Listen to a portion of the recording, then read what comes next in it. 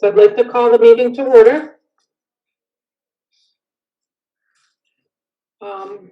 Welcome everyone to the May 20th, 2021 school committee meeting.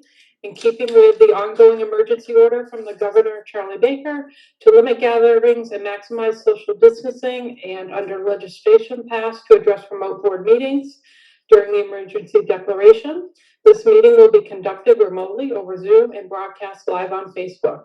This meeting is open to the public, and we will take questions by the chat feature at the bottom of your screen. Please make sure to include your full name and address, and we'll do our best to answer all questions. However, we will not read questions that have already been answered. Okay, and before we start the meeting tonight, we'd like to have a moment of silence for Gregory Griffin, who the OA community lost suddenly on May 10th. We send our thoughts and our prayers to his parents, Eugene and Laura Griffin, his brother Brendan, and to the entire OA community, especially his senior classmates. So if we could have a moment of silence.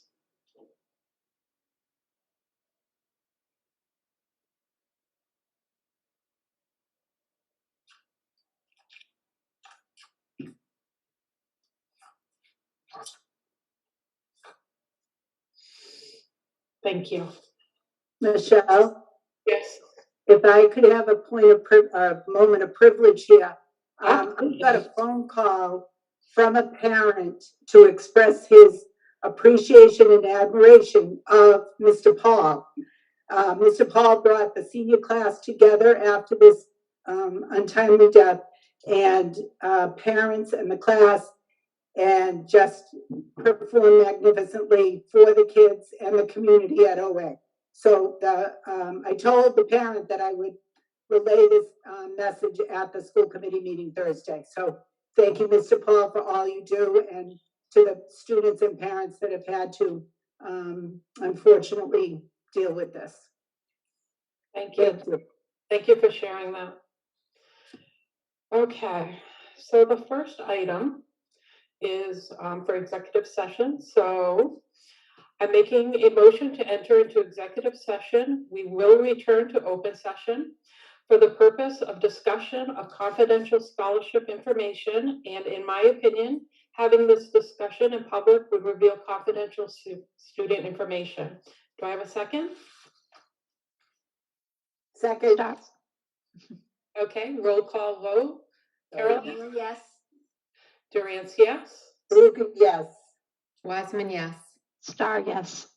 Okay, thank you. We'll see you guys on the executive link, and we will be back.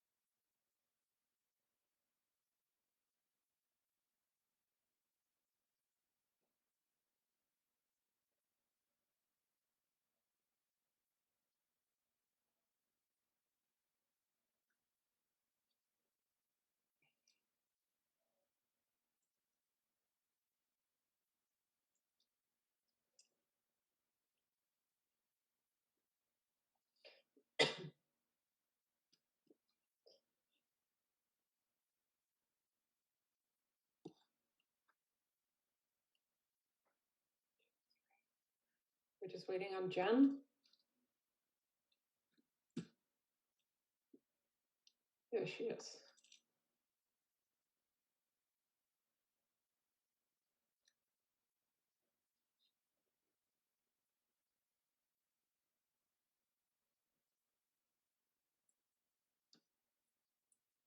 that everybody? Looks like it. I don't know where Nancy went. Connecting. There we are. Okay. All right. So first up, or next up, is the Easton School Committee minutes of Thursday, May 6, 2021. Are there any questions, comments, or edits?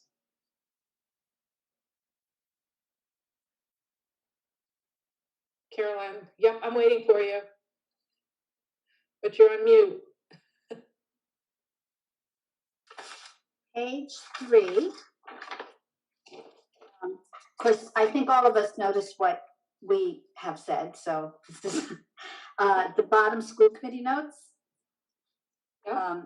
So Mrs. O'Neill echoed what Dr. Cabral and Ms. Pruitt said and added that I think we just need to say she has been watching because it's not actually a sentence otherwise. So I would just say after added that, just she has been. And then further down in my reference to the Grateful Dead, again, I would just say that she quoted the Grateful Dead song about, quote, what a long, strange trip it's been, just to make it a sort of logical sentence. I'm impressed you quoted the Grateful Dead. Well, I think I did, you know, kind of reveal my ancient age. Can you just repeat that last edit? I'm sorry. Okay. Oops, I just put it down. And so page 3, okay, we're on page 3, right? So the second one was, let's see, it's basically the third sentence. She quoted the Grateful Dead. I would say, instead of saying who sang, I would just say song. And then about what a long, strange trip it's been. Just those two small changes just makes it a sort of logical sentence. Okay. I get that when we're talking about the Grateful Dead, there really shouldn't be logic necessarily, but All right. Any other? No? Okay. See, I can't see Nancy's off my screen, so yell Nancy if you have anything, because I can't see you. Okay, so I'd like to make a motion to accept the Easton School Committee meeting minutes of Thursday, May 6, 2021 with edits as noted. Do I have a second? Wiseman, second. Okay, roll call vote. O'Neill, yes. Durant, yes. DeLuca, yes. Wiseman, yes. Star, yes. Excellent, thank you. All right, discussion of EPS logo, Dr. Cabral. Thank you. We have a guest joining us tonight who will be presenting to you briefly. Mr. Nicholas Gaudette from Nicholas Gaudette Designs is the artist that actually designed the logo that Bill Matthews contracted with him for the athletic materials and uniforms, and the tiger with the OA has become very recognizable, and you may be aware. It's appropriate for sports. It's got the fierce look and the huge teeth, but it is for the purposes of athletics. We, if you remember, several years ago, we ran a challenge. It wasn't really a contest, it was a challenge for the Oliver Ames very talented art students to create a logo for the district, and they did, and we're very pleased with it, and we have used it in all of our literature and in our emails and in our business cards for several years now. However, we've had a few problems with it in terms of when we change the size of it, for example, or the different kinds of documents we use it for. Some are very formal, and it's a more of a less formal image. And so I met with Mr. Gaudet, and we shared some goals about what we were looking for in potentially a new logo. And he was commissioned to come up with 3 possibilities. And he's here tonight to share with you what those goals were, as well as the 3 designs that he came up with. We're looking for your input on which one you feel is most appropriate for the Easton Public Schools, and then we hope to make use of it immediately. Part of our contract with Mr. Gaudet does allow for some slight modifications. So if you see a design that is almost perfect in your opinion and you wanted to make some slight modification, modifications to it, that is possible. Or if it's perfect as is, I'm sure you can tell him that as well. But he is here to join us this evening. So Mr. Gaudet, if you want to turn on your camera, you may, but certainly unmute yourself. And we're going to have Assistant Superintendent Pruitt actually share the slideshow while Mr. Gaudet does the narration of it. Okay, any questions before we begin?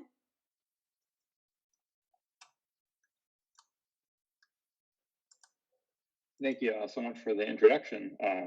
Currently can't figure out how to turn my camera on, so That's I think okay. we can just jump right in. Your images speak loudly. It's fine. Yep, and thanks for kind of giving everybody the background info on how that all went and how we got to where we are now, because we can just jump right in.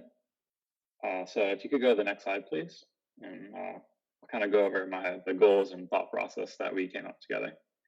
Just to briefly reiterate what was just spoken about, what we wanted to do was create a modern professional logo that works at all scales.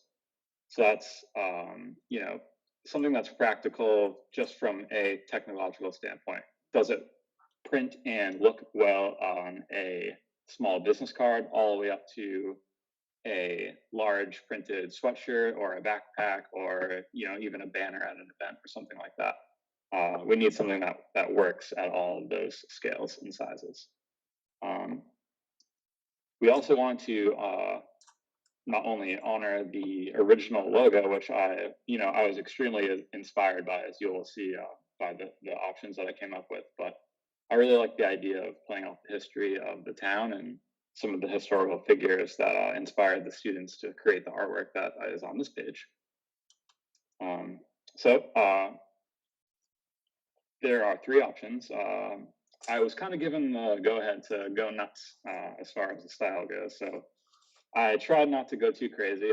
You'll see that all the options are within the same vein and look, but I think that they all really do have a good visual impact, and they all give a good first impression for someone seeing it for the first time.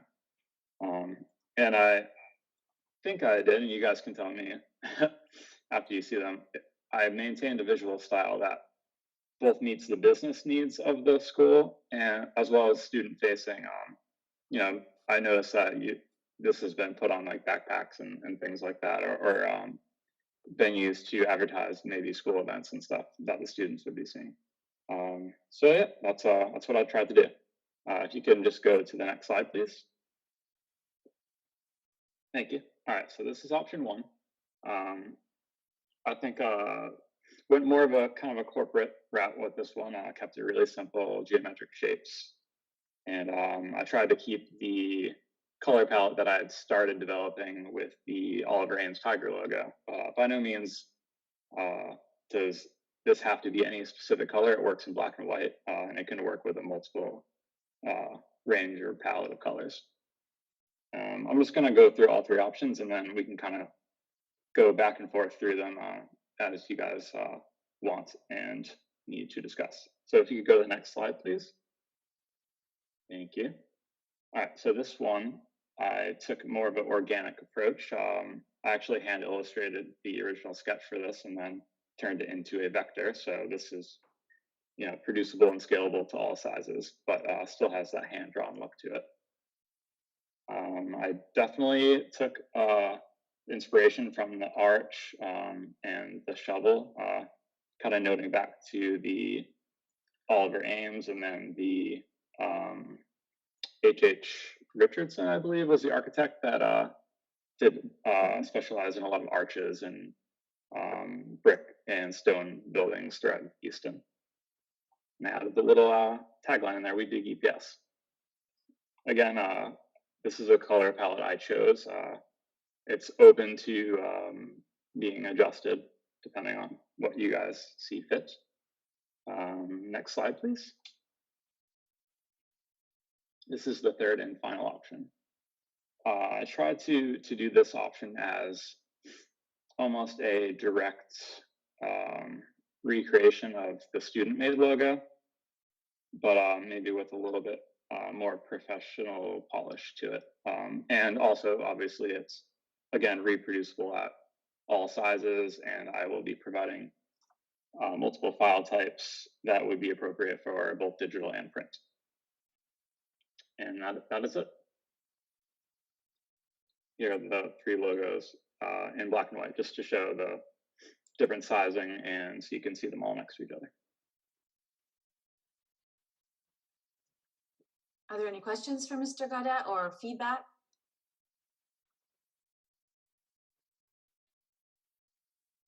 I can't see anybody, so please. Michelle, it's Caroline.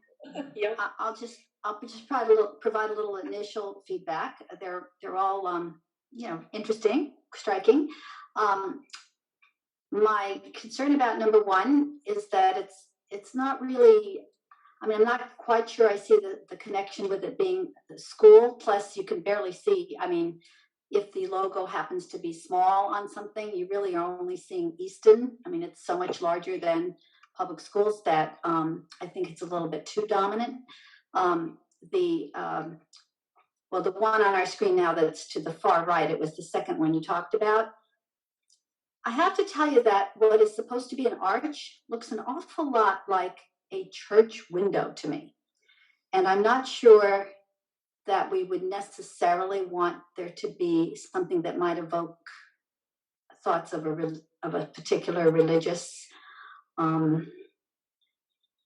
representation. I don't know. Maybe I'm just completely off base here. I love the shovel. I love the Easton Public Schools part, but it just somehow that's what hit me, is that it looked like churches that I went to in my youth, and the windows and so on. So that was just my response. So I actually like what is now the middle one, was actually number 3 best.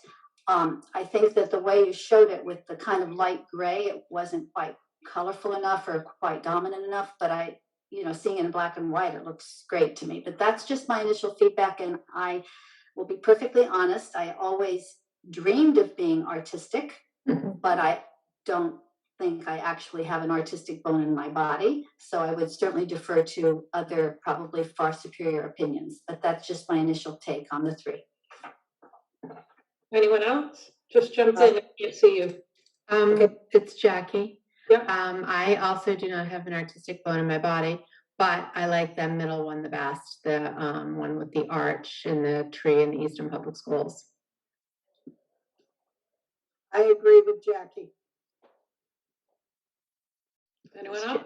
Yeah, this is Jen. I think that middle one with the wider arch and the tree is the one that strikes me as the most appealing. Caroline, interesting feedback on the church window. I wonder if that could have less of that, if that connotation would go away if the arch didn't, if it didn't have the bottom piece there. So it was just an arch coming up from the ground. But anyway, I really like the middle one. I'm wondering, Nick, did you look at different colorways for that middle logo? I liked the variations of gray. Did you work up anything that had maybe a little bit of the orange in it? So the middle one, I did mess around with multiple different color options, and I decided to present it in the most neutral one that I came upon. But certainly there is probably endless options for that one. Yeah. And I do appreciate the notes on the first and the middle one, because not being religious myself, I would never have thought that, but now that you say it, I totally can see how that could be a window in like some sort of, you know, religious building or structure type window. So great note. Anything else, Jen? No, just they're all beautiful, beautiful work. Thank you. Yeah. Yes, thank you for working these up. I think, Michelle, could I ask a question? yeah, So how is I guess my first question is, how is the final determination going to be made? And I think it is interesting that all 5 of us liked the wider arch with the tree best, but I don't know that we. Caroline. Huh? I haven't said yet. Oh, that's true. I'm sorry, Michelle. Well, no, I don't think as chair you're supposed to have an opinion. Sorry, I'm just teasing you. But I did wonder though, at the point that a decision is made, and I'm not quite sure what that process is going to be. I'm sure that Dr. Cabral will explain it to us, but I'm assuming we will immediately seek a copyright. Correct? Yes? Somebody? So that wouldn't be a question for me. When I, you know, invoice and get paid for any design that I do, I have a formal letter that I send that gives, you know, all rights for the work to the school, and it would no longer be, you know, in my hands to copyright it or. No, I actually, I should have, Mr. Gadet, I didn't actually mean to ask you that. I was sort of directing that to the superintendent, and I should have been more clear. I believe that Bill Matthews and Wes Paul, between them, somehow did manage to acquire a copyright for the original logo with the tiger. So I was assuming that whatever process took place for that logo, that would occur for this one as well. And I didn't think that would be your responsibility. I didn't mean to be unclear about that, Mr. Godet. Yeah, we will certainly follow the same process. Okay, thank you. I just wanted to be assured of that. But what is the actual process then for final decision? Oh, wait, Michelle first has to give feedback. Sorry. Caroline's way ahead of us. She's an overachiever. Actually, a lot of my thinking goes along the line with Caroline. I'm not sure the one on the left, I guess I'm not identifying that graphic with really anything. I can see where it's the arch, but I don't know. Just nothing in that says to me something I've seen in Easton. The one on the right, I also, not being religious, didn't pick up on that as much until Caroline said that. I do like the shovel. My only concern with that one really, other than now the arch that you say that, is if we ever change our tagline, it says we dig EPS. And that might be something that down the road we might come up with something else. I do really like the center one, and I find it interesting that we all seem to gravitate towards that one, whatever the end up color scheme. I love the tree. There's a lot of history with there. The arch is there, the shovel's there, and I think the simplicity of the letters and the wording is very classic. So that's my feedback. I agree with you, Caroline.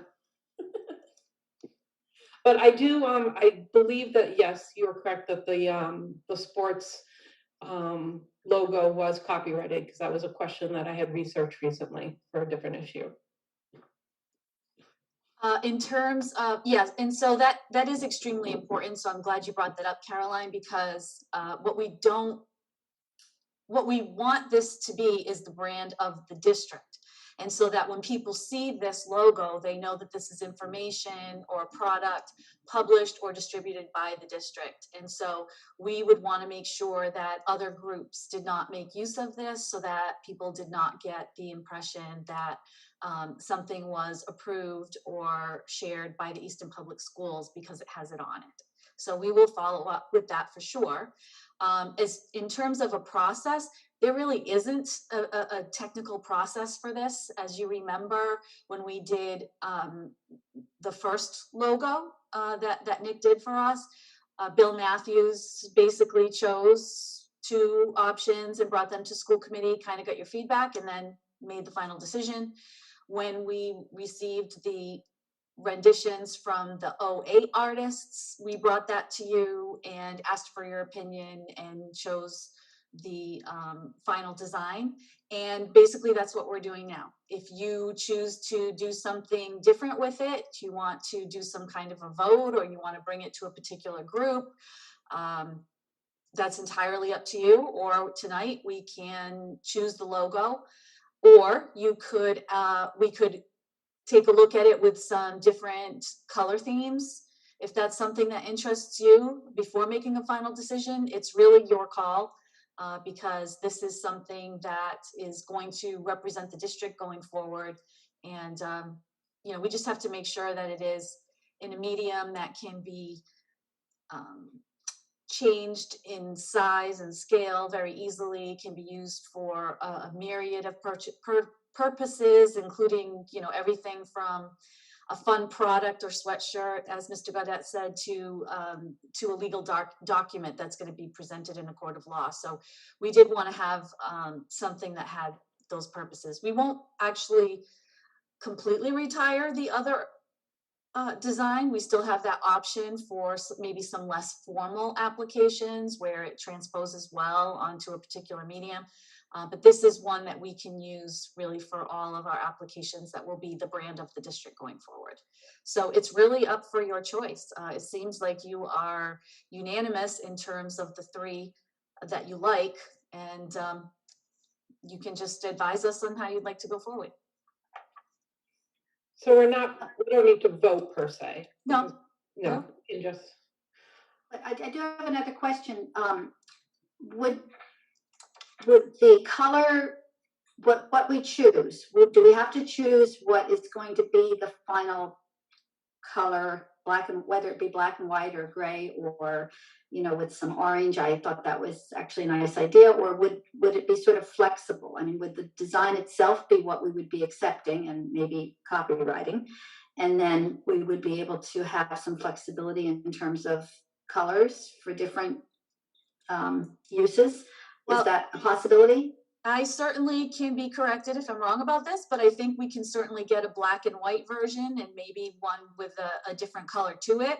Once it's given to us though, and we finalize this, I will not be changing the colors or manipulating it in any way. So we would have to go back to Mr. Gaudet if we wanted to make any other manipulations to the design. But I'm wondering It if would be what useful. Caroline Yeah. is asking is like if somebody is using the design for, I don't know, water bottles, they might pick a different color scheme, or you might have a color scheme standard for your office. If we're going to copyright it, then it's going to be this design with exactly what we've chosen. That's a good point. Yeah, Again, so it like, could be black and white, grayscale, or full color, but other than that, it would need to be the same. right, like when my company gets updates on our corporate logos, which actually happen with alarming frequency, but that's neither here nor there. That, you know, they'll typically release a file that has maybe two or at least two, if not more, different looks that you can use as appropriate. So, you know, tend to have different levels of color saturation. Usually one that's pure black and white, maybe something that's grayscale, and something that's a little with some subtle color, and then some with more saturated color. So I think that's pretty But common. Leisha seems to be saying though that we really have to choose one color. No, whether no. it be I can work with Mr. Gaudet to come up with a palette of the same design. Oh, a palette. Okay, But then that's great. it. But then that's it. Okay. Yeah. Yeah. No, that's fine. You know, No, if that's somebody fine. wanted to change it to a green tree and a red arch and something in the future, we don't have that. We wouldn't have that. Okay. No, There's not a I actually limitless do. package, I guess, is what I'm trying to say. Yeah. But another thing I really do like about that middle design is the tree, because it's that whole growth and learning tree concept, you know. So I really do like that design a lot. Yeah, I really have to note that it was really working with the designer was a wonderful experience. He heard every piece of feedback we were giving. He incorporated every goal that we were looking for. in the designs, and I really appreciate that sensitivity to the history and culture of Easton and to the students' design. And that's really what he did in this center design. He was intentional in paying homage to the students' design. He found that story interesting and how the students participated. So I just want to throw that out there as well, that this was a very great, this was a wonderful experience working with Nick, with Gaudette Designs. And I feel that, you know, he represented very well the things that we discussed and were looking for in the images. So we could be, Sorry, I just wanted to thank you. That's very kind words. And I did want to just quickly speak to the color palette thing and, you know, what exactly it would look like. Because I'm sure, you know, many of you have never received like a brand package or something like that from a designer. So what I'll be giving is basically a folder full of files in the palette that is the final palette that's chosen. And that might be, you know, three different solid colors, a black version, a gray version, and something that is white with a transparent background that could be printed on a dark color. And then there would also be smaller like thumbnail images that wouldn't be, you know, time consuming to load, you know, digitally if it was put online, things of that nature. So that'll all be included in a final package. And I would also, and typically also, include a small page that kind of shows suggested fonts to pair with it and minimum sizes and spacing to incorporate the logo into other designs. So that'll all be part of the final package. Caroline?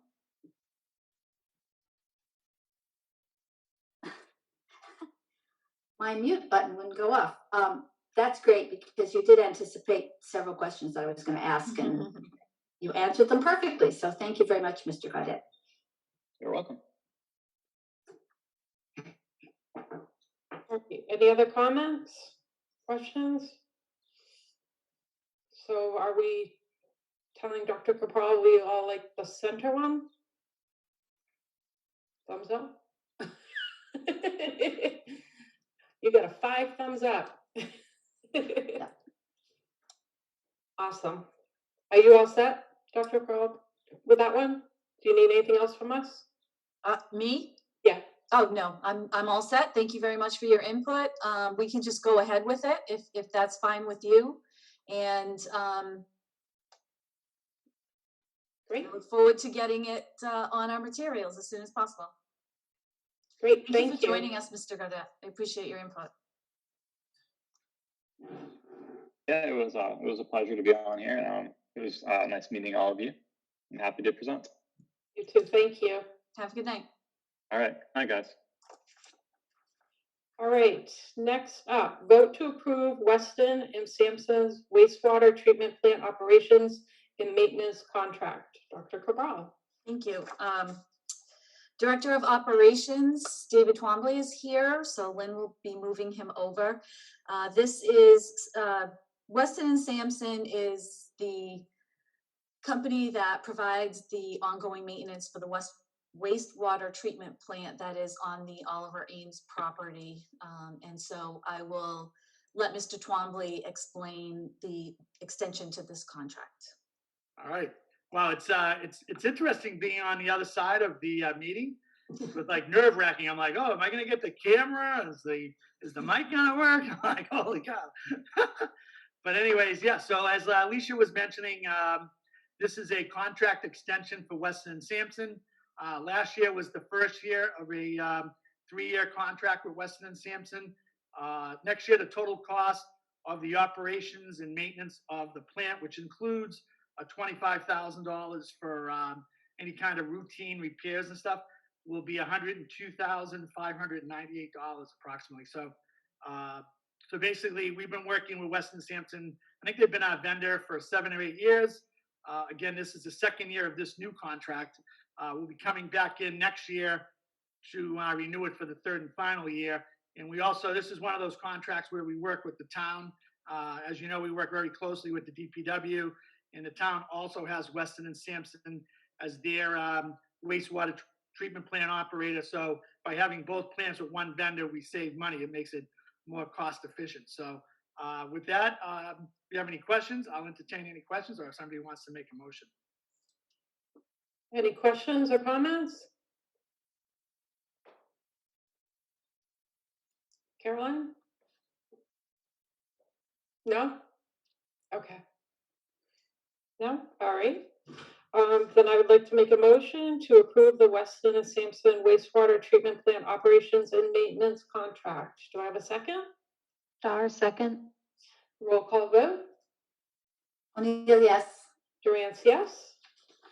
DeLuca, yes. Wiseman, yes. Star, yes. Great, thank you. All right. Vote to approve Winston's, food service contract renewal. Dr. Cabral?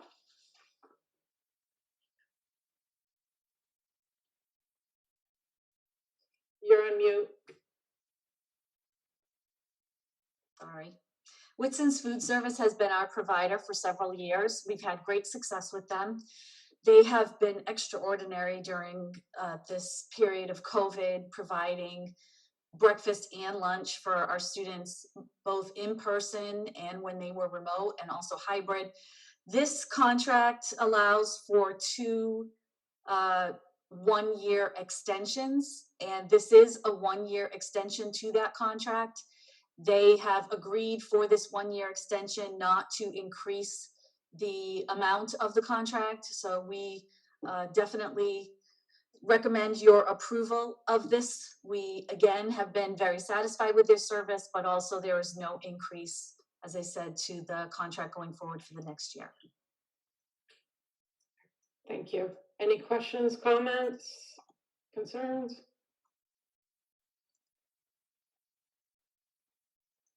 Caroline, no? You're on mute, yeah. Okay. All right, I'd like to make a motion to approve Winston's Food Service contract renewal. Do I have a second? Star, O'Neill, second. second. DeLuca, second. Everyone second. We've always- Roll call vote. O'Neill, yes. Durant, yes. DeLuca, yes. Wiseman, yes. Star, yes. Great, thank you.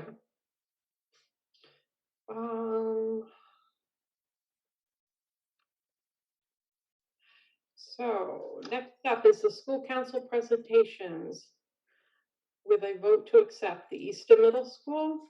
Dr. Cabral? Okay, we have the middle school and the high school this evening. The middle school's first. Principal Carroll is here, and he will review the school council presentation for your consideration to vote to accept it.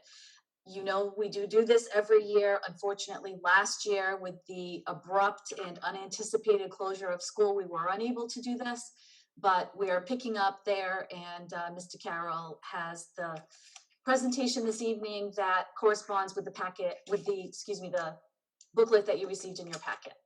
Mr. Carroll? Okay, thank you. I'm just gonna, this is my first time sharing on a Zoom meeting, so be patient here.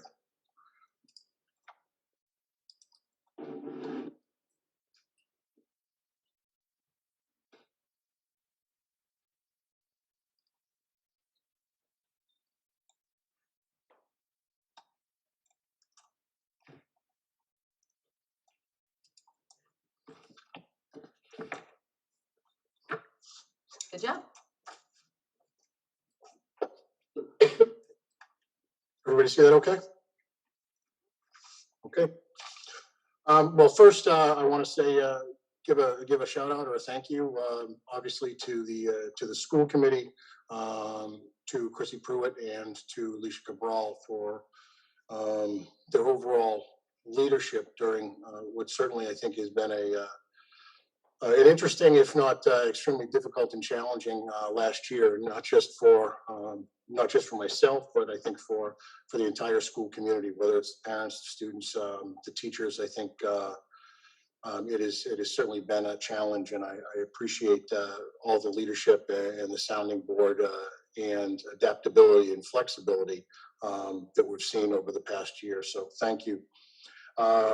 Certainly, I want to make sure I thank the teachers, everybody in the middle school, in the building, what they did over the last year has been really amazing.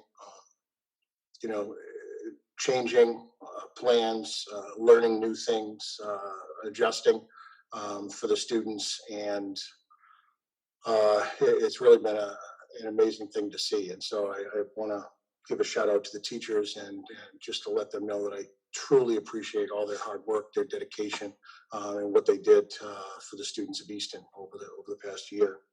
And I also want to thank our student council members, the teachers, the parents that participated as members of the school council. It's been a great sounding board for me, and it's certainly, even the presentation of the school improvement plan is something that, that I look forward to, because I think in my mind it represents sort of a return to normalcy, which I think that we've been looking for in what comes with the typical routine of the school year.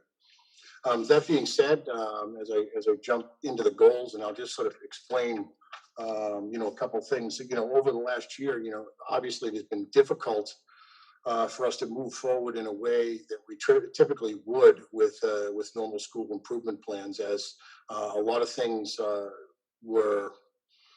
I wouldn't say stopped, but you had to pause at different points. You had to pivot at different points. You had to change directions, and you had to learn new things and reprioritize as you went. And as we look at overall accomplishments from the last school improvement plan, there's certainly areas that we did make some headway, and certainly in action strategies, areas that we can say that we accomplish an action strategy. But all of the goals that we had, goals that are important goals for us, none of those over this period are goals that were accomplished. So these are things that we sort of have to reset. We have to add some new life into the action steps and the action strategies, and then move forward. So I'm going to jump right into the goals pushing forward. Goal number 1 is by June 2022, Easton Middle School Adolescent Wellness Survey will show a reduction in both at-risk behaviors and student anxiety. Additionally, overall study, the survey will reflect improved emotional and physical well-being through increased opportunities for proactive intervention that address the social emotional wellness of students. This comes originally from data that we found really concerning, and we haven't had an opportunity to have that survey. So we are still looking to make changes. Certainly this time that we've had over the last year, if not more, we know that the kids have regressed in a number of areas, and certainly kids' social emotional learning and development is also one of those areas of great concern. So this is going to continue to be a priority for us. You can see the numbers that originally we looked at that caused us to write this goal. It was around, what we were seeing at the middle school level was an increase in depression and self-harm, suicidal thoughts, planned suicide, attempted suicide, and bullying and electronic bullying. And some of those numbers we had made some inroads in reducing, but it's certainly something that continues to be a major priority for us, and something that we know that, in this period, that we have seen a regression in a number of areas from students. We anticipate that is also going to be the same here. So we're going to continue to make this a point of emphasis as we move forward with action strategies that will help us address students' needs.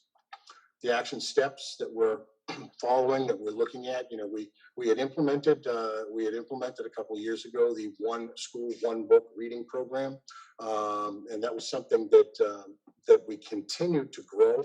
Now we did use that, we did have that, certainly this year, but because of the sort of the style of the year and the hybrid, it wasn't as effective as we would have liked it to be. So we want to get back to a program that is really a team-based embraces the teaming philosophy of the middle school, and is a book that everybody can read, and then we could build team-based programs around that when the students get back.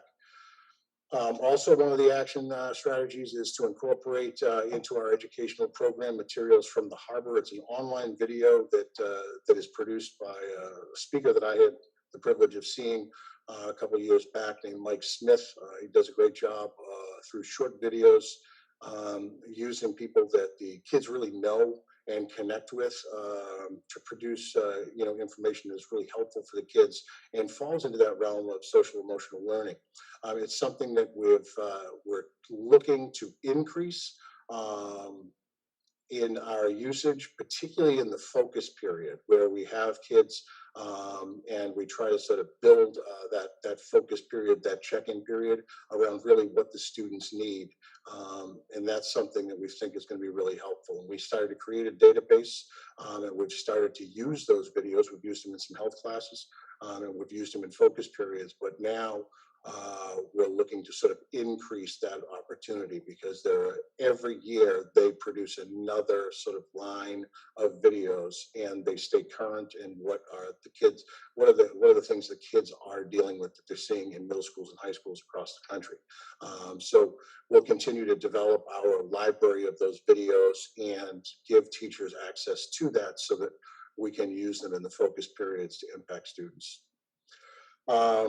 Also, we're working on incorporating into the focus period new programming materials that can assist the teachers. So basically, we're trying to utilize different staff members that have passions in different areas. And what we'll do is, if we get to some certain certain topic, or if there's something going on that is a current event, and then the staff members will work to sort of produce these things, and then we'll share it out as something that can be used, at a specific time, or to address a specific issue.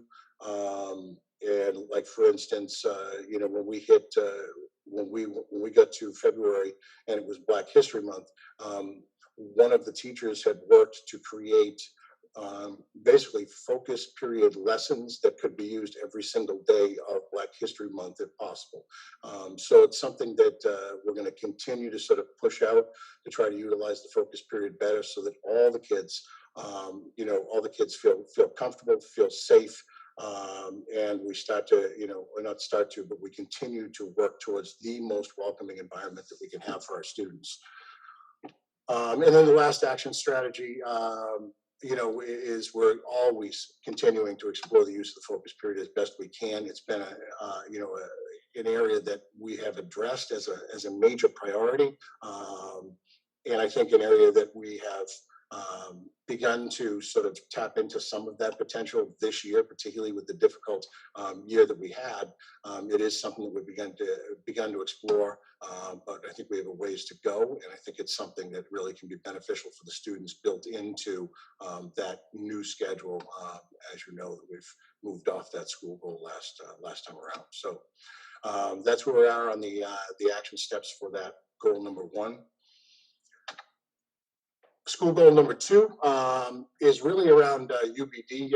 As you know, I mean, you can go back to, I think this goal has been here since 2014, I think. And we've been making some really good progress with not just, the framing of the units and the creation of the assessments, but the actual building of the lesson plans and the activities. We had got to the point where in a number of areas we had really fully completed and even were practice or implementing those units. But obviously, as we shifted to remote planning and hybrid planning, that was something that I think, as the teachers, were trying to keep their head above water with the planning for 2 different platforms and meeting the students' needs this year was something that was really difficult to continue to push forward. So we adjusted some of our dates and things like that. We're hoping that by June 2023, we will have completed in all areas, in all stages, all of that curriculum work and at least have it ready, ready for review, ready for feedback, or ready for approval. So I've had some conversations with curriculum leaders that seems to be achievable. I think that the one area that I do worry the most about is with some changing, with some of the changes that we had in our social studies programming, particularly with civics, this year being the first year that we have civics in grade 8, that it may be a little much to ask the 8th grade teachers to be done by that same time frame, but it's certainly something that I think is achievable based on where we're at and how much progress we had made up until this COVID. Data source and reality. These are just some of the things that, as it goes back, some of the different trainings historically that we had gone through. I'm not going to, go through all of these different things. We had worked to make changes within our schedule. Part of the new schedule was to create departmental time to really help us have opportunities to sort of push forward with curriculum development. During this time period with the hybrid, we had to change the schedule that we're currently running for the hybrid from a 7-period day to a 6-period day because we couldn't make it work any other way, which was good because it did still keep us with some of that departmental time and common planning the teachers needed during the hybrid. But when we moved back to the full return, that became problematic and we lost a lot of that team and departmental time as we stretched back to a full day, but within the 6-period schedule. So we've had to give up some things, and that was the team time in this last 7 to 8 week period and that departmental time. So that is something that we'll get back next year when we return to the approved schedule. We'll hopefully return to the approved schedule, and certainly when we have that departmental time, we'll be able to continue to work on the units and push towards development.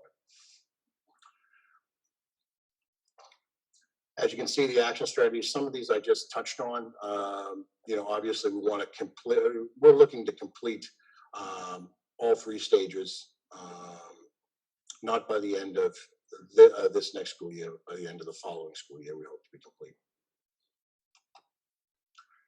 Now, school goal number 3, we want to promote high academic expectations for all students. We want to target our lowest performing students for growth on MCAS. Certainly this population of students, we know during this last year, over this last year, there's been a significant amount of regression. We don't need MCAS numbers to sort of tell us that. We anticipate that. We're going to identify the group through the MCAS accountability data. Obviously, the lowest performing classification is something that applies to students whose scores are based on combined ELA and math scaled scores. We're gonna use that group of students specifically to sort of target, and we want to get them to meet the state accountability target of the 75. So it's this goal is really built around the MCAS data, but addressing our lowest performing students and using that data to see how we're doing. The current reality that, or some of the numbers that created this goal is really when you take a look at, particularly with our students with disabilities, whether it's ELA, whether it's math, or whether it's science, those students have continued to struggle. You can see the percentages in ELA, 56% of the students were partially meeting expectations, while 29% not meeting expectations. If you look at math students with disabilities, 65% partially meeting expectations, 25% not meeting expectations. And in science, you see very similar numbers with 51% partially meeting the expectations and 25% not meeting the expectations. So we've already begun to do many different things, some really creative things to address some of these areas. Obviously, we review the data every year. We take a look at it in the summer, put it into a spreadsheet. We do a SWOT analysis on that data.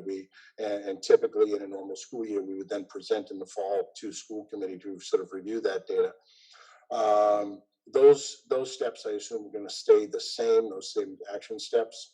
But we've also begun to work on creating a special MCAS accommodation guide to ensure students are receiving appropriate accommodations during the school year. There's nothing worse than, having student that you're over supporting during the school year, and then the expectations for them when it comes time for the MCAS are much more difficult than a regular day. So we're trying to be very clear and plan appropriately for those students, and we're trying to sort of make sure that that is being communicated during the IEP meetings, and we have clear documentation of what are the accommodations that we're going to be following. We also want to try to, one of the things that we've been doing with the special education population is we've been trying to, in areas that we have sub-separate classes where we may not be able to have the students in a co-taught class because their IEP has them in a sub-separate environment. We're trying to seize opportunities to be able to push regular education teachers into the small group settings to teach in a co-taught environment with the special ed teacher. We have always felt and continue to feel that the best for the students is to have the special education expert working with the curriculum expert in delivering instruction to the students. And in some cases, some of our neediest students, particular students that would fall in our language-based population, we end up taking those students away from the content area specialists. So we're continuing to try to seize any opportunity that we can to push regular education teachers, whether it be math or ELA, into those separate classes to help deliver instruction and to bring the content area specialists to students who may not have that opportunity or haven't had that opportunity in the past. We think that's going to make a big difference for us. We're continuing also in our inclusion setting to expand our co-teaching model as best we can, and to continue to encourage parents with team meetings and with good information,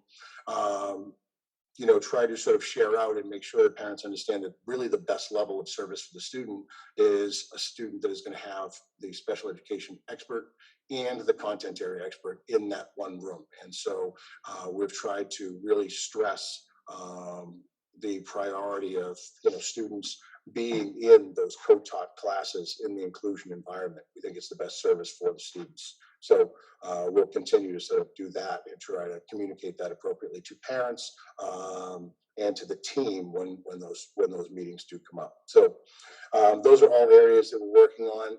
We also, we got stopped a little bit in the evaluating the attendance policy, and I won't get into the fine detail of the data and how the attendance policy and the attendance rates impact everything.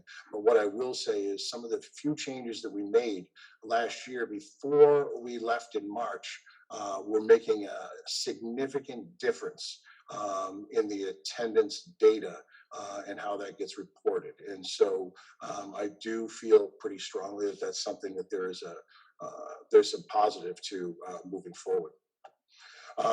The last point in this action strategy was recently added in, but with the implementation of a new literacy instructional coach, we think that is going to be really important because it's somebody that can not just provide modeling for the teachers and help with the lesson planning and what is the best way to do the different tiers of intervention support for the kids. But it's also somebody that can help provide levels of professional development and solid coaching for the teachers, and provide student services as well, in the area of reading. So we're really pleased to have the instructional coach this year. They'll be working in not just ELA, but math as well. But it'll also add some stability to the intervention program as a whole and some leadership for the interventionists and the planning of what is the best way to use that staff. So we're really excited about that moving forward. I think that's going to make a major impact on the students. And because we do anticipate some significant regression just based on lost time, and students that didn't have as much time in classes, or that didn't do well in the remote environment. Just because of that, we anticipate that regression. We think the instructional coach is going to make a big difference for us. So that's a major, action step for us. And then goal number 4, increase the academic achievement of the highest performing students in the areas of science, technology, and engineering by 2023. Percentage of Easton Middle School students exceeding expectations will increase to 10% above state average.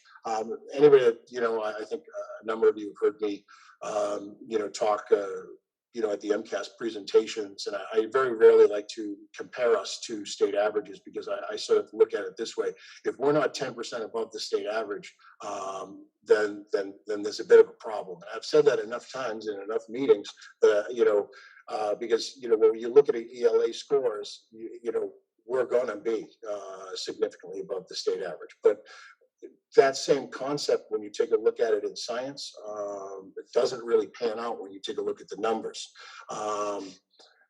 Our percentage of students that are scoring advanced or exceeding expectations is basically what MCAS would call it now. That percentage of students, we've been below state average, and so we set the goal around being 10% above state average, which is going to be a significant turnaround. The action strategies that we created to do this really is in the area. I think one of the biggest things is going to be to work at differentiating better in the classroom, and not teach to the middle. Make sure that we are teaching to all of our students, to address all of the students' needs. Certainly we're going to review the data, we're going to crunch the numbers, we're going to have more departmental data meetings, we're going to, take a look at some of the things that we can do to improve the students' scores there. We'll also take a look at, what we're teaching in technology and engineering, and how we're, addressing, concepts like simple tools and things like that. But we also, as an 8th grade, as a 7th grade, and as a 6th grade, we have to, all really own that test, because it's a 3-year assessment. And so we think that the biggest area for improvement is going to be in helping the teachers, particularly some of the newer teachers, with how they can differentiate better and really address the needs of the highest learners in the room and push them to higher levels. So those are the action strategies that we have for goal number 4. And last but not least, I just want to, before I take any questions, for 17 years, I've had the pleasure of working with Mr. Paul, a true professional in every way. Technically, I could even say throw in an 18th year, because when I was a student teacher, he was the assistant principal at Stoughton High School, I think, at that time. But it's been a true pleasure. He is a legend of the town, a great guy, and like I said, the consummate professional, and he will be missed. And I wish him the best of luck in retirement. And I'll take any questions that anybody has on school improvement plan stuff. Any questions? Jen? Thanks, Michelle. So Mr. Carroll, on one of the goals that was in the printed pack, or one of the action items that was on the printed package to make its way to the presentation, was for goal number 1, the ADL partnership. Can you confirm, is that still one of the goals? It is. Okay. That was probably a copy and mistake paste. It's in the school improvement plan. Yes, the ADL. I've met with Joanne Kaufman, and we have advisors that have been selected at the middle school level. But yeah, we do plan on having at least 3 staff members that are going to go through that training, and potentially 25 to 30 peer students that will go through the ADL training as well. Great, thank you for confirming that. And I just wanted to where there was been a lot of talk in the CPAC about inclusion models and what that means and sort of the different models of special ed delivery. So there was a meeting that we had a couple of weeks ago, and the detail on the goal number 3 and where you gave some color on the co-teaching approaches for both bringing the content specialists into the sub-separate settings or vice versa, having more students be taught in an inclusion model where the special ed specialist is in the room with them while they're learning along with everybody else. Is really helpful information. So thank you for speaking to that in greater detail. It's nice to hear. It's just nice to hear that kind of repeated in different settings, those are our goals and that's what we're working towards. Yeah, I mean, it is a different, it is a different way of thinking, at times, it's like, you can look at it like, possibly as a parent, like, oh, my child's really struggling. They need more, but oftentimes that more, can pull them away from, like if a student's really struggling in math, why would you pull them away from completely the math teacher? And, sometimes, you sort of, you lose sight of that. And, for us, every year you do these evaluations or you take a look at the numbers and you take a look at the data. It's hard not to take a look at that data of the learning-based students and say, either we're failing them, as a student population, or we're not planning correctly. And so, like, we just feel like, to have the special education teacher who is, naturally, they were not a math major in high school. In college, and they don't know the math curriculum as strong as the math teacher. Why take them away from that person?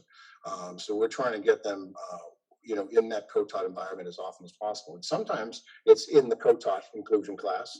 But if we can't make that happen, we have successfully, over the last year or so, been pushing the regular ed teacher into the language-based class. So even though it's a sub-separate class, they still have 2 teachers in there co-teaching it. So that gives them the content area specialist. And we think that that's going to make a big difference on that data and really be helpful for those students to help them perform. That's really great to hear. I hadn't heard that second piece of it. I'm familiar with co-teaching more, where you have the special ed student and their support within a regular ed classroom. But to hear that we're doing, reversing that where possible is really great and creative. I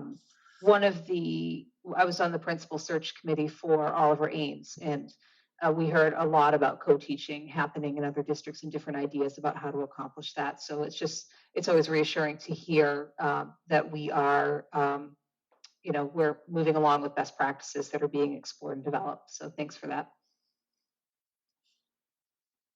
Thank you, Joe. Caroline? I just wonder if you could talk a little bit more about how you select students for the ADL program, the peer group, the peers. Go ahead. They select, I don't want to speak for the advisors because they're really going to be the point person, as well as bouncing it off Kathy Quealy and Joanne Kaufman, who have already been through this, at the high school level.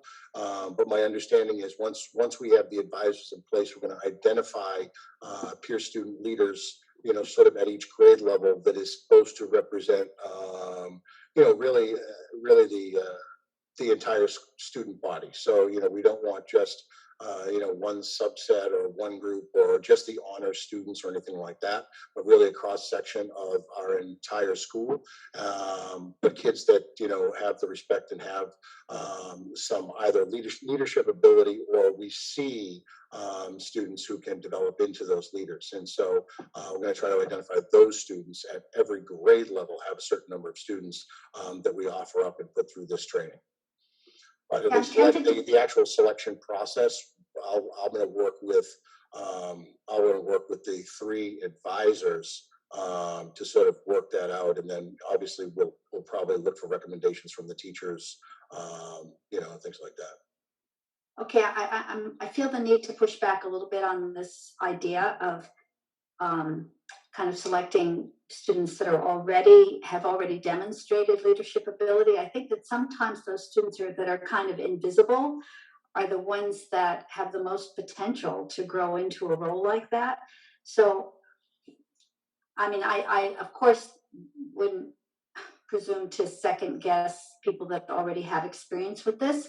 I might actually presume to second guess people, so I have to take that back. But people know me pretty well.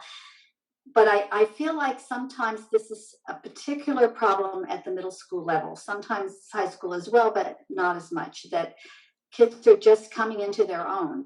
And, you know, they're at different levels in terms of what they've been able to demonstrate to the rest of the world in the area of leadership or confidence or whatever. And it's tempting for teachers and administrators and pretty much everyone to pick those students who say, this kid will be a great leader, this kid's already known and respected and popular or whatever. But I could see a situation where maybe you would have applications and then you could choose a sort of diverse group. You know, yes, choose some kids who have already demonstrated leadership ability, but then maybe also look for those shy kids that, you know, are interested and have been encouraged to apply for this. I just really think this is such a growth period for children, and to just kind of give those opportunities to the kids who already have developed more confidence and you know, leadership ability isn't necessarily always the way to go. That's just my thought about this. No, I would agree with that, Carolyn. You know, when I say a cross section of the school, I was sort of trying to infer, I guess, you know, poorly, but I was trying to basically say we want a representation that represents, you know, all parts of the school, not any one group, not the highest performers, not just a kid, you know, that has the leadership ability, but kids that also have the potential to develop those. And you know, we're still at the stage where, you know, we haven't exactly figured any of those pieces out. But you know what, I mean, if you're interested too, when we start to put together that plan, I can sort of rope you in on those meetings or those conversations on how we pick the kids, because certainly, you know, it would be helpful to have a different perspective for, you know, how we choose kids to go through that program. Yeah, and if I can I love add, that. Pardon me? if I can just add in here that one thing that I do know from what the high school advisors went through in their training is that they actually do address this in the training, and how to get a true representation of the student body, and how to, you know, promote the program so that people apply, that children apply that may not necessarily apply, you know, if it's just promoted as a leadership opportunity. So this is something that our advisors will be trained on, because they do want, you know, that is part of the program, to get students that may not necessarily be outspoken to become leaders, but have that innate leadership within them, and especially at the middle school level. I mean, we know that that the students develop the most at middle school since when they were in the first year of their life. So, you know, this is definitely something that is targeted during this program and the training. Well, that's reassuring, and I wouldn't mind at all being roped in, as you put it, Luke, because I mean, I do have some training in this area. At one time in a former life was director of an adolescent group home as a clinical social worker. So, you know, this is just something that I've always felt that it's just too easy to pick those kids that are already known and respected by the rest of the student body. So I'm very happy to hear that that's part of the training, though. Thank you, Chrissy. Thank you. Anything else, Caroline? Nope, thank you. Anyone else? Thank Nancy? you. Yep. Thank you, Luke. Nice presentation.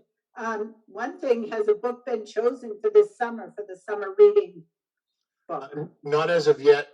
We have a half day tomorrow, and in between the food truck that the PAC has coming to provide lunch for the teachers, and our MCAS training, the English department is going to meet to select the book. So I don't have it as of right now, but I'm hoping to have it by the end of the day tomorrow.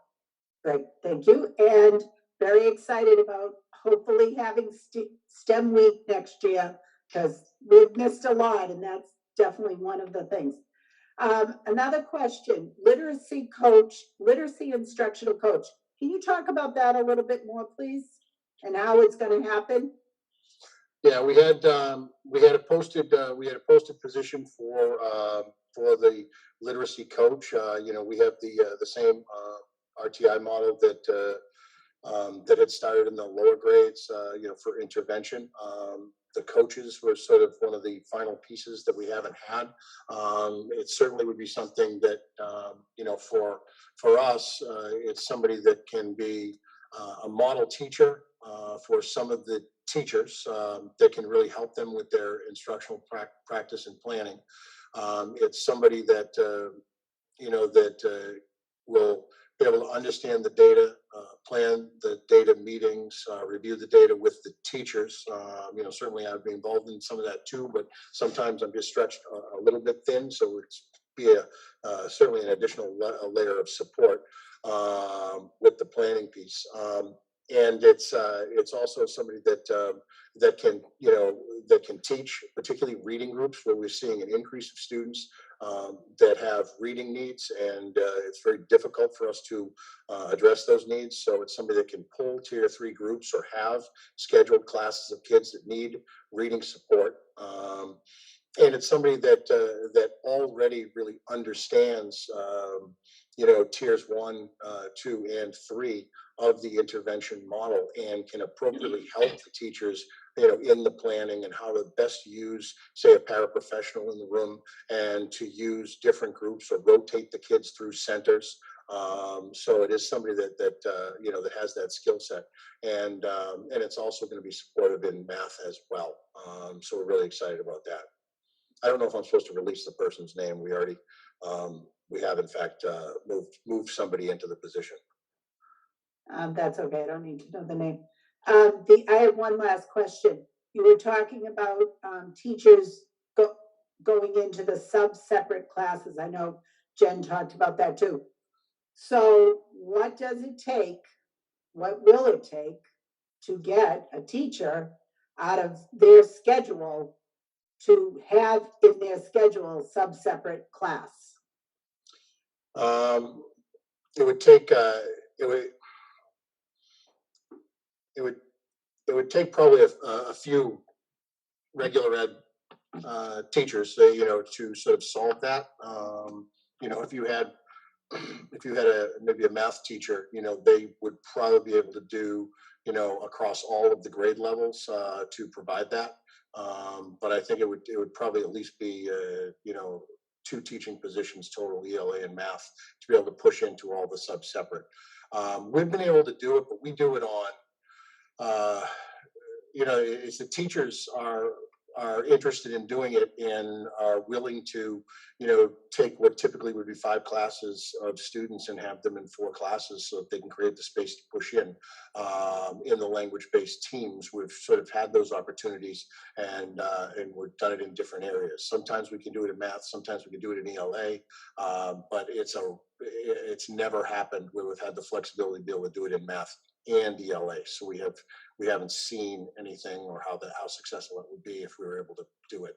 But yeah, it would require, I would say probably 2 full teaching positions to be able to push in all areas and all separate classes. Well, I was going to say definitely all areas, because now the 8th graders are going to have, well, I think, unless it's changed, MCAS in math, English, science, technology, and engineering, and civics. So you need a super person if you've got one person that's going to be into that separate and doing their job. You know what I mean? So it sounds overwhelming to me. I just wanted to hear your thoughts on that. Thank you. Yeah, I mean, that certainly is a huge priority for us. That population, it has been. It's typically where we try to, some of our strongest special education teachers we want with that group of kids because it is such a priority. But it's also, you also have to take a look at it too, and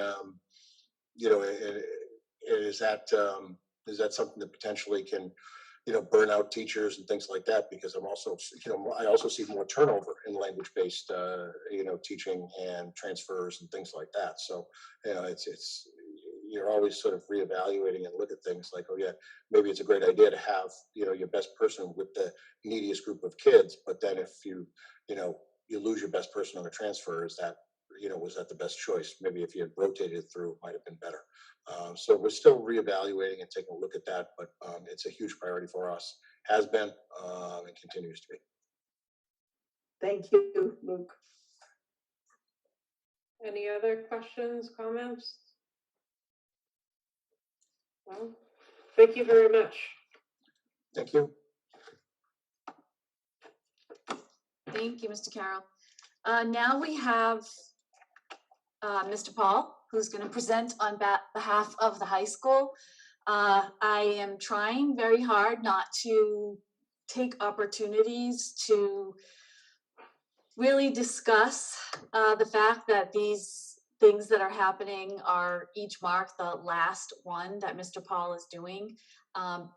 Mostly because I know that it makes him feel uncomfortable, and I'm trying to be respectful of his humility, and he is truly a gentleman and is very humble, and does not necessarily appreciate when we do this. So that is why I try to temper it a little bit. But I would be remiss if I didn't mention that we've been getting these presentations for quite some time from Mr. Paul. They've always been excellent. I expect nothing less today. But I do have to note that it will be the last school improvement plan that he is presenting. And it may go without saying, but I'm going to say it anyway, that the state of Oliver Ames High School today is due to Mr. Paul's leadership. And we know that we enjoy an extremely positive reputation. We provide a stellar education at Oliver Ames. And I know people know this, but I think it's very important to take the opportunity to just make note of it again. And Mr. Paul, I apologize. I'm not trying to make you feel uncomfortable, but we're just so indebted to you for all of your work. And I just wanted to make note of that before you begin your presentation. So with that said, Mr. Paul is here to review the Oliver Ames 2022 School Improvement Plan.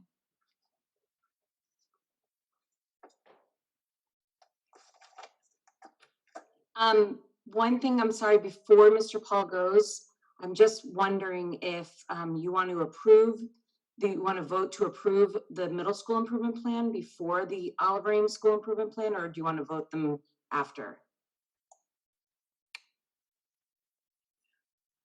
I will do whatever I should have done. I'm sorry. Either one is fine. Well, we should go ahead and vote for the middle school plan, I think. Okay, I'm sorry, Mr. Paul. Worse. I'm still learning. I'm on a learning curve.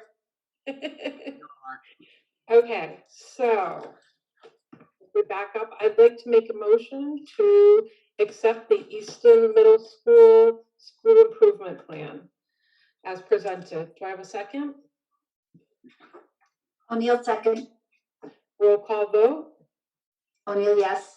Durant, yes. Luca, yes. Wiseman, yes. Star, yes. Thank you. Now, Mr. Paul. Great. Sorry. Thank you very much for the opportunity. Probably I'll share this story with Caroline because I was reflecting back on the spring of 1999 when I started, and Caroline is the only person I think in the meeting here today that remembers the old school committee location, Emerald Hall, and the presentations that took place. And I think I actually probably made Luke look short-winded when it came to the presentations of my first few school improvement plans. I think what happens when you go through this process as a school leader is you're so proud of your faculty and your staff and your students and you forget that you guys have been sitting for a long time, and it's beautiful weather, and you just continue to go on and on and on. And I just want to warn you that I will do my best to cut to the chase and hit the most important pieces of the school improvement plan. But it has been a pleasure in presenting these over the years, and on behalf of the school, and I look forward to what is in store, the greater days that are in store for Olive Ramsey High School. So with that being said, I'd also like to thank Luke publicly, since he put me on the spot. As I was actually organizing my office, I heard my name and listened to some of the nice things that Luke had to say, and I appreciate that. That being said, the school improvement plan is something that doesn't happen in a vacuum. There are a number of individuals that are involved. Certainly, Chrissy and Leisha as sounding boards for ideas, and then the school committee throughout the course of the year helping in formulating our direction and purpose. School council and a sounding board, as well as an opportunity to present ideas, and my department heads, who I rely heavily upon for their expertise and their recommendations, and then certainly an outstanding faculty. And like Luke, I'd like to thank the faculty and staff for just an amazing response to the pandemic and the hybrid model and the ideas that were presented over the course of these last years, not years, but year and a half of time, trying to figure out how to best serve our students. They just did a fabulous job. So those are my thanks. I'm going to skip to page, I think it's the review of the goals starting on page 9. Actually, page 10 is the first. And by way of explanation, obviously with the pandemic shutting us down to a certain extent last year, we didn't come before you as principals with the school improvement plan for the school year 2021. So we really had this plan extend from the fall of 19 to this period in June of 21. So there were 2 years for us to really establish ourselves with these goals. If I can reflect back, we talked about the growing need that we had to help our students connect their interests in vocational opportunities, career opportunities, and what we did as a school with our coursework, and as well as with clubs and activities. And so we began to investigate what this would look like. We did some workshops with DESE. We brainstormed as department heads and administration. We came up with College and Career Connections, and you know this pretty well. We've talked about it. But that was a goal starting in 2019. And we were charged with, in this goal, identifying career clusters, identifying elective courses that would tie to those career clusters, organizing our program of studies to include the College and Career Connection reference. And all of those things, I'm happy to say, took place. And we continued to look at other ways of expanding our opportunities for kids. And we started looking at a career fair. We looked at joining the Greater Brockton Youth Works program that's through Mass Hire, and we have 2 members of our staff that are on board with this council and provide opportunities for our kids with job counseling, resume support, career fair at Bridgewater State that didn't happen because of COVID, but will, career day, which happened, internship programs tied to an internship class that they offer. And these were all things that we were able to accomplish.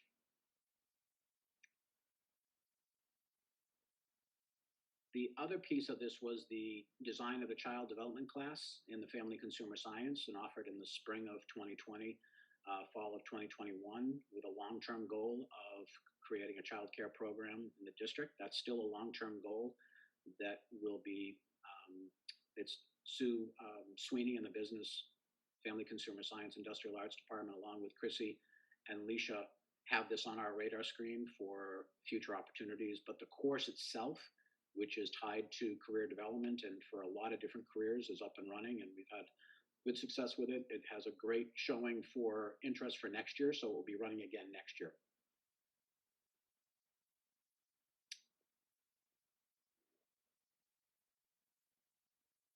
So these are the updates that I just kind of ran you through, but the next is taking a look at the goal that was centered around a way to decrease student substance use, as indicated on the youth health survey, by using positive norms approach to prevention. If you remember, I partnered with Easton Wings of Hope. I accompanied one of our health teachers to go out to Montana and attend a workshop on positive community norms. We began to look at data and began to start to take a look at the reality that, and we talked about this before, there was a difference between perception and reality with students' understandings of what was going on. There were usually students perceived, more students were using drugs or drinking or smoking or vaping than the students actually self-reported. So through the help of the Eastern Wings of Hope and this positive community norms, we established some billboards that you've probably seen in town that were talking, and screensavers for our students that were talking about the positive things that are going on and that they're making good decisions and they're not alone. So I want to say that it was, I think, a very positive experience for our kids, and we continue to look at ways to improve that.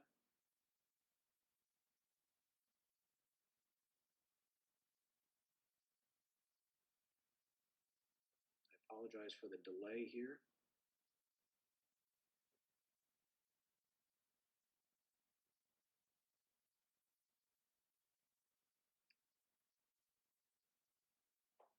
I think that's about it for the positive community norms in terms of the data. I just wanted to say that the data in there does a pretty good job of showing you a difference between 2017 and 2019, and all of the data trends from those two administrations of the youth survey were in the right direction, with lower uses, lower reported uses in 30 days and lifetime uses of drugs and alcohol. And so I think the message began to circulate amongst our students in a positive way.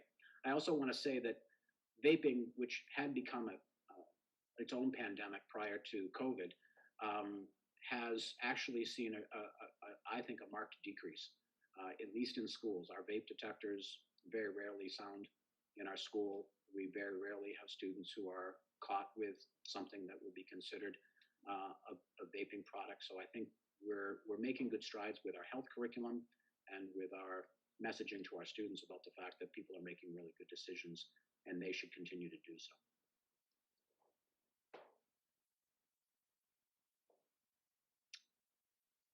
The next was our curriculum, and it was talking about you basically continuing to look at developing high quality, vertically aligned, standards-based units in all of our content areas.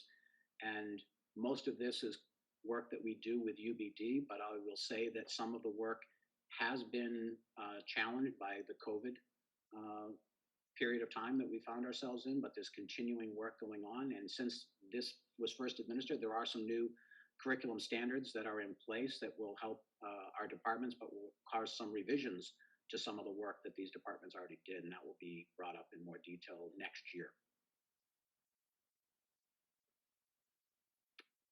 The fourth goal from that period of time was the use of our students, and I think this was talked about in Luke's presentation with ADL, and empowering some of our students to be a voice of, basically a voice of reason, and trying to train all of our students on how to eliminate racial and religious intolerances.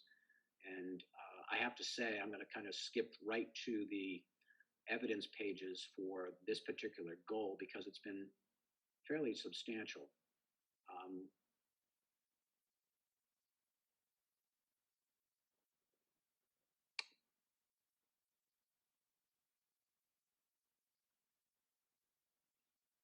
So in the fall of 2020, there were biweekly, actually, this is one back. In the fall summer, which is I think where Luke is at, we sent our ADL advisors to Vermont for some 3 days of training.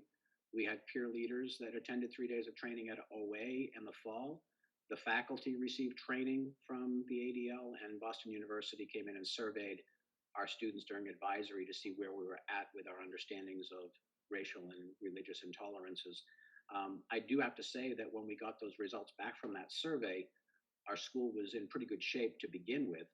But if you remember back, we had a couple of incidents in one year where was graffiti that was just awful and caused us to say we need to take a look at some action, some kind of action plan to address this, so that we just didn't say it's not reflective of who we are, but making sure that we continue to strengthen our ability to educate. And I think this program has been phenomenal. I give great compliments to Kathy Quealy and Joanne Kaufman, who are our two advisors for it.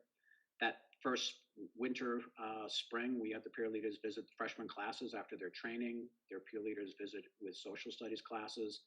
There were bi-weekly meetings during lunch with the peer leaders and the advisors. Boston University surveyed our peer leaders to see how they were doing. There were virtual meetings after school when we closed down due to COVID. It continued over the course of the summer with working with RMK here in town. And then this fall, we had bi-weekly meetings continuing the organized implementation of the DJ Henry Day. During the winter, we had the organization and implementation of Black History Month activities for the whole school. Peer leaders visited the freshman advisories. In the spring, we recruitment and preliminary training for new leaders, replacing those seniors. So you can see, and there's a book club that's going on for social injustice and empowering stories. We've had a lot of good things taking place at Oliver Ames High School, and I just wanted to give a lot of kudos to Joanne and Kathy for making this happen. The next slides are the actual goals for the upcoming school year, of which I will not be here. So I want to give a little preface to how we went about making this feasible. We certainly had a discussion about the fact that without knowing who our principal was going to be at that time, we wanted to ensure that the goals were a true reflection of what the department head, faculty, and school council wanted as a baseline. So they may not overpower you with complexity. Their intent is to give Kelly a good, strong footing on some important pieces and allow her to gain knowledge over the course of the year. And she will, I'm sure, have a much different approach to her school improvement plan in the spring of 2022. Is that correct? Yes. I look forward to hearing about that. But with that being said, the first slide on page 26 is our curriculum goal. And this is where we're asking for the continuation of that work that we had before in developing high quality, vertically aligned, standard-based units in all of our content areas. And if you'll notice, history, music, phys ed, media, world language, and art departments will rearrange the curricula based on new state standards. I mentioned that in the previous slide from the last plan. And this will take place during common planning periods, PD days, department meetings, and then certainly the work that Chrissy leads with the curriculum leaders. This will be all processed through that. 27 and 27 is goal number 2, and I believe there's 2 slides to this. And if you remember, I think we talked about the fact during one of my presentations that this COVID has increased the number of students who are struggling with school. We did some data analysis, and you can see on this slide the number of D's and F's that increased from one year to the next. And we attributed this directly to the students' stress and anxiety, the hybrid learning, the fact that it was just a difficult year for some of our students. What we've done this year is we began to panic about the number of seniors who were finding themselves in danger of not graduating. And this was back in December, January, when we were looking at semester 1 courses, especially English for them and math courses. And we began to create, basically, when we were in that hybrid model, we were having students stay for longer periods of time. They would stay after the rest of the students went home. They would work in the Simmons Lecture Hall with teachers and guidance counselors, trying to find out how to get them caught up, because a lot of it was executive functioning. They were just paralyzed on how to make progress in what they owed for their courses. I give a great deal of credit to our guidance counselors, our adjustment counselors, administration, who all took turns in supervising our students in there. And we just were concerned that this may not go away come September, that some of these students will still find themselves in need of assistance. And that could be for both content and executive functioning or social emotional. And granted, we have, as you well know, lots of safeguards in place for our students with our screening meetings each week, our students at risk. So we will identify students for social emotional through the work that we normally do. But we've asked teachers to give us students who they are concerned about as we're finishing out this year. These are students who we're going to be encouraging to take a look at our summer school program that Chrissy and our guidance department and Kathy Quealy have been working hard to outline and prepare for our students, and then put something in place for the fall that's similar to what we're currently doing and not waiting. Because here's what happens. When we started the school year, we were so concerned about getting the hybrid model right and all the nuances that were associated with how to make that work and how working with family consumer science on how to make lessons work in a hybrid world.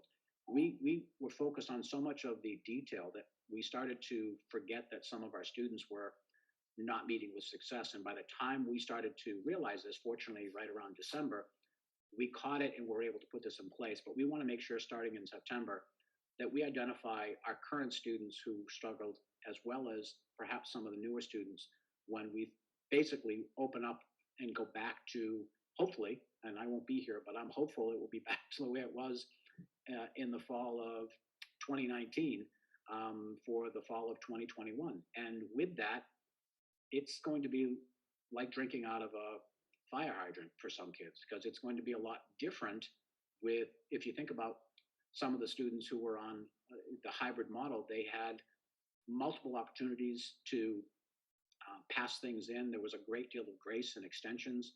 And I'm not saying we're going to completely pull the rug out from underneath them, but as we move back toward the rigor that's associated with high school education, some of our students will need some help with executive functioning. So this program that we're putting in place, I'm hopeful will help identify those students early, give them some assistance, and put a person in charge of kind of organizing it and leading it a couple of days a week after school.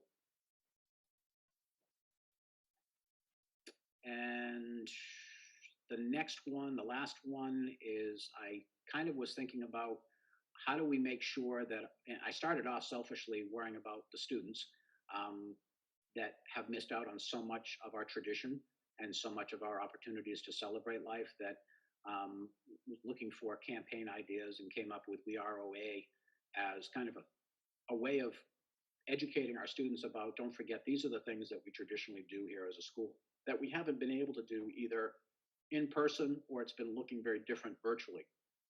So then I began to think about the transition that I announced back in November and the fact that there'll be a new principal who won't have the same history and institutional knowledge about these traditions, and thought I could blend the two with an idea of creating a committee of advisors and the administration team and I will start it by meeting with Kelly and beginning the process of looking at the school calendar and making sure she understands these are the things that we have done in the past. Doesn't mean she has to continue with them, but she has a real good understanding of what those programs and offerings are, and what the expectations perhaps are of some of the faculty who are used to these things. And if it changes, there needs to be open lines of communication between faculty and administration on any of those changes. So the We Are OA committee will work to basically kind of re-educate our students, because if you think about it, our current sophomores missed out on the spring, and our current freshmen have missed out on a lot of traditions. And so trying to reinstitute those and get everybody up to speed will be the goal of this administrative, faculty, and student committee that will work next year. So again, those are not heavy lifting goals. They're not minimal, but they are doable. And anyone, I think, could see the importance of each and every one that is listed here, because the faculty agreed that these were really strong ideas for starting for next year. So that being said, that's the update on the previous goals and the presentation of the new goals for next year. And at this point in time, I will take any questions that people have. Any questions, comments?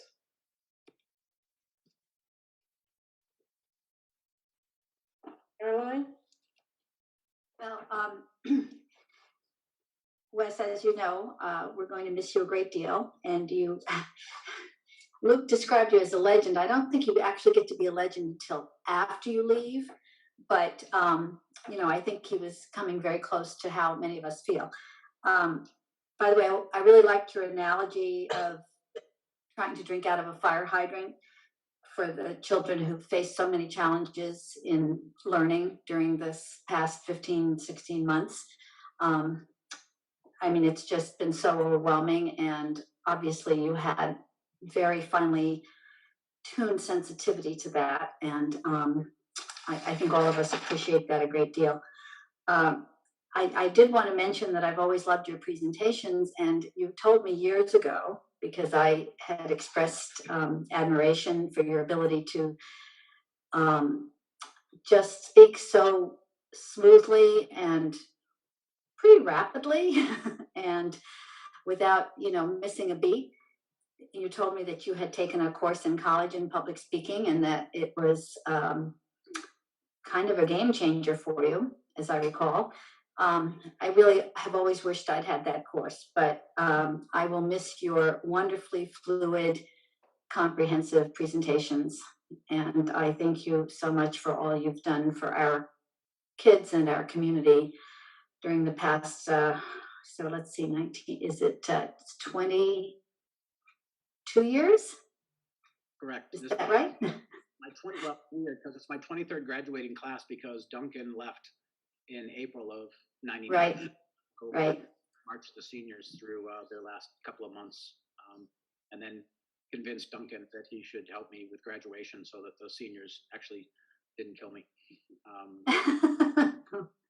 Well, anyway, thank you for another great presentation and for your focus on, addressing really some of the losses and the many challenges that our students have had to deal with over the past nearly year and a half.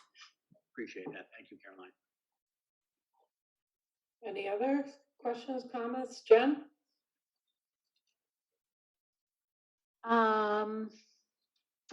Couple of two specific questions, I guess. So related to goal number 2, with the summer school credit recovery, I know that we've it's been approved in the budget, and I've seen that we've posted for staff.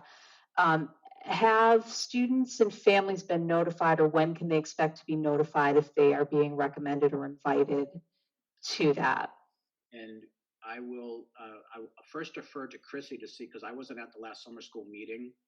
Chrissy, do you know if that was discussed at the last meeting? Yeah, so what we're doing right now is we are in the process of identifying staff. We have pleas out to staff to and to apply for the positions, and we also have those positions will also be posted on School Spring. So educators that may not necessarily be within Easton Public Schools and would like to be considered for the position, as long as they are licensed, we will be hiring. Obviously, preference will be to Easton Public Schools employees. However, we have a deadline with the bus company to have all the names submitted by June 10th. So if that helps, that's very rigorous. I know that the high school, there may be some delays in identifying those students because their coursework may not, the school year isn't over yet. So it's a little bit of a line. The line is a little gray, I should say, rather, for the high school students. But Jen, I can say that the guidance counselors all have their at-risk students. They're students who they know are in danger of failing. And those students will have direct communication to the individual and to the family, letting them know about this. Okay.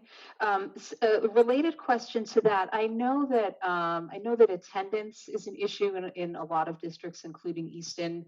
And I think there are, or have been in the past, attendance requirements, and that if you don't meet them, you're at risk of not receiving credit, even if you have a passing grade. How is Easton addressing that? Are we maintaining that, or is there a waiver for this year? I know some districts are waiving it.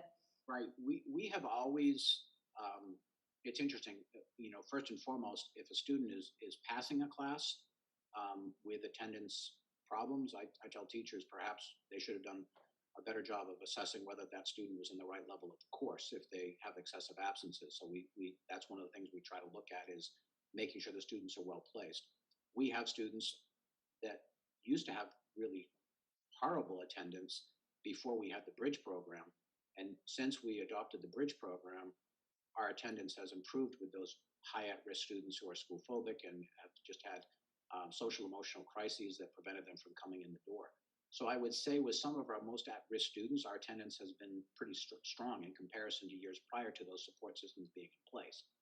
That being said, this year's attendance for all schools has been a little bit chaotic, keeping track of the difference between virtually present, virtually absent, approved virtually present, et cetera, et cetera, et cetera. So we have not had any major problems. The ones that we do have with not checking in and not necessarily making attempts with the teachers to be present, the way we handle that is the assistant principals will send out attendance letters, establish attendance meetings with the families, try to get a handle on what's causing the issue of attendance, and then put a plan in place with the understanding that if there isn't an improvement, there could be credit lost.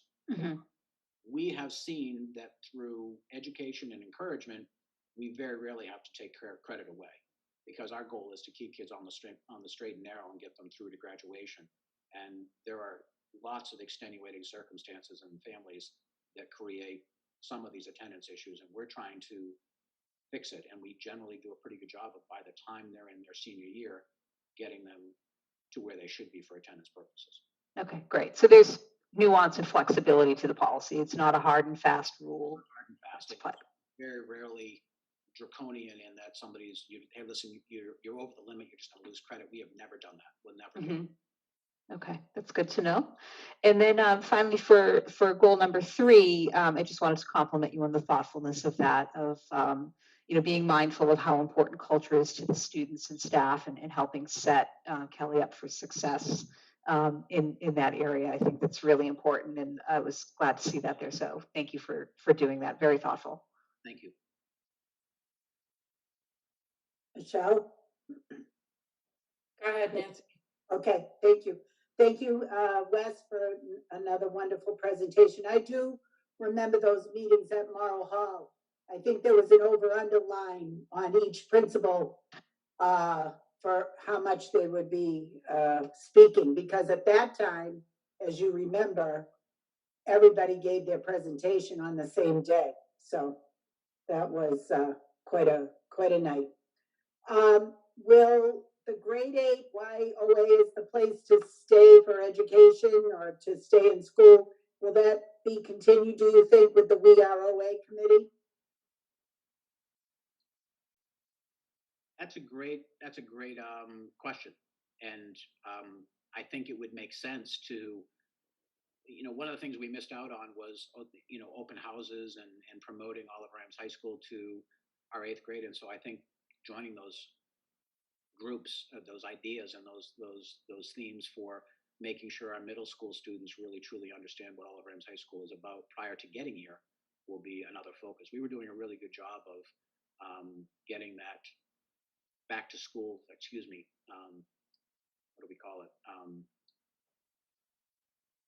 School promotion? I'm drawing a blank. Chrissy, what do you call it when you have your open house and you're trying to encourage future students to come? Is it just called an open house? Yep. Yeah, so I think it was just the open house, but that open house that we did.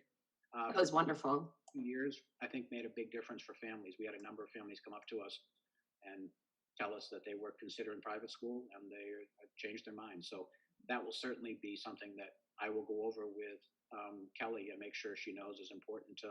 We still have the signs, the lawn signs, because I'm frugal enough that I just basically we changed the dates with a strip of printed paper so that we can use the same signs again. But yeah, that's on the agenda. Okay, thanks. Well, I know Kathy and TJ, and I'm sure, most of the faculty will put it on the, I personally got a lot of comments from parents about the grade 8 day. I was glad that you used the word COVID in your school improvement plan on those pages, because historically, when we look back at these school improvement plans, it'll be nice to know why things were such a catastrophe, even though we knew the dates, but for future people. And just thank you very much. Great presentation. Wish you the best. Thank you.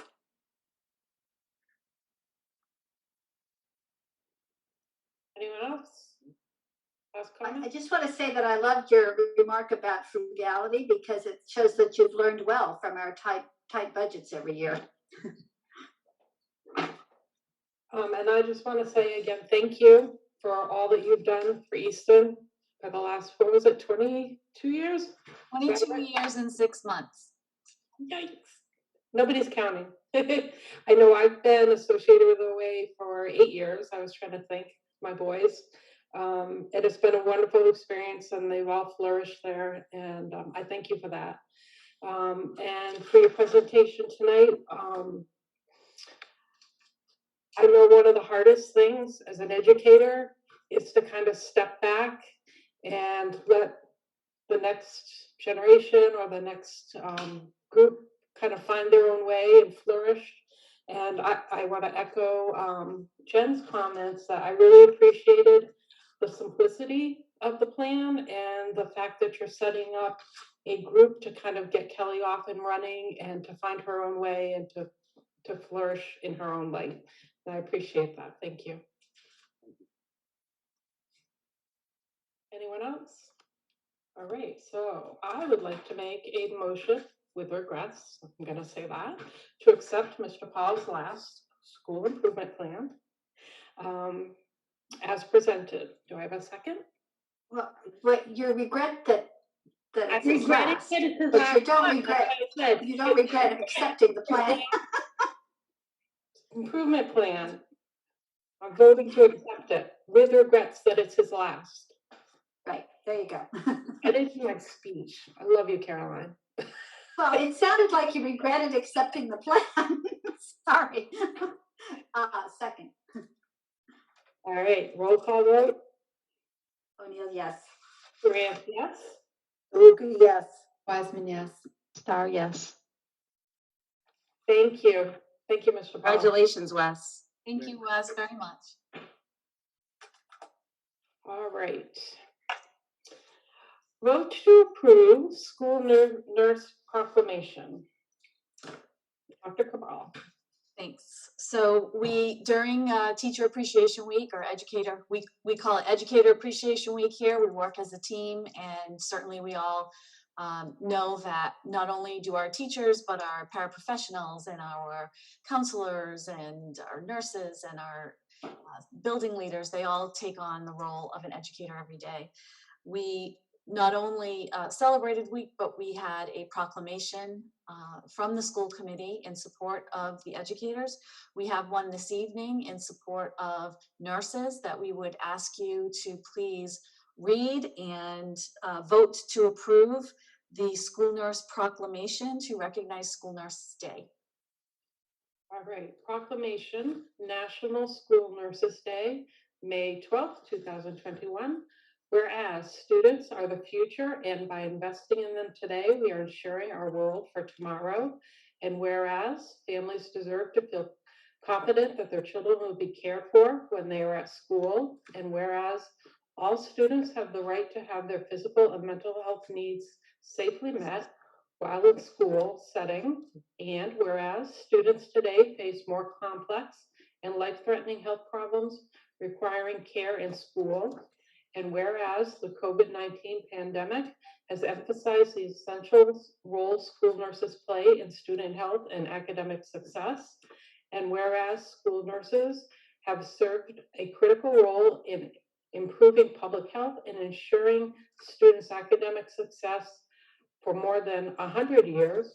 And whereas school nurses address the home and community factors, for example, social determinants, to impact students' health, and whereas school nurses act as a liaison for the school community, families, and healthcare, providing providers on behalf of children's health and promoting wellness and improving health outcomes for our nation's children. And whereas school nurses support the health and educational success of children and youth by providing access to care when children's cognitive development are at its peak. And whereas school nurses are members of a school-based teams, for example, school health services, 504, IEP, disaster emergency planning, to address the school population. And whereas schools nurses understand the link between health and learning and are in a position to make positive difference for children every day, therefore be it resolved that the Easton Public School District celebrates and acknowledges the accomplishments of school nurses everywhere and their efforts to meet the needs of today's students by improving the delivery of healthcare in our schools, and offer gratitude to the nation's school nurses who contribute to our local communities by helping students stay healthy in school and ready to learn, and keeping parents and guardians at work, not just on this National School Nurses Day, but at every opportunity throughout the year. Now, therefore, the Easton School Committee and the superintendents of schools do hereby proclaim May 12th, 2021 as School Nurse Day. Dr. Cabral? As you know, this has been a tremendous year in terms of medical needs, medical emergencies, medical education for students, staff, and parents. And in the best of years, the school nurse's office is the hub of a building. Everyone from pre-kindergartners with a tummy ache because they're not used to being in school, to serious medical situations, such as the one we had where our center school nurse, Colleen Clark, literally saved the life of one of our children. They are integral to the health and welfare of our students, and certainly in this year, we acknowledge their tremendous efforts. We've been fortunate to increase the nursing staff in our schools over the last few years. It's definitely been warranted because of the complexity of medical needs of students now, but certainly in light of the recent pandemic, we wanted to make sure we did celebrate with them that week, but we wanted to make sure that we officially recognize them from the school committee level with the proclamation as well. And so if you are amenable, you can vote to approve that proclamation.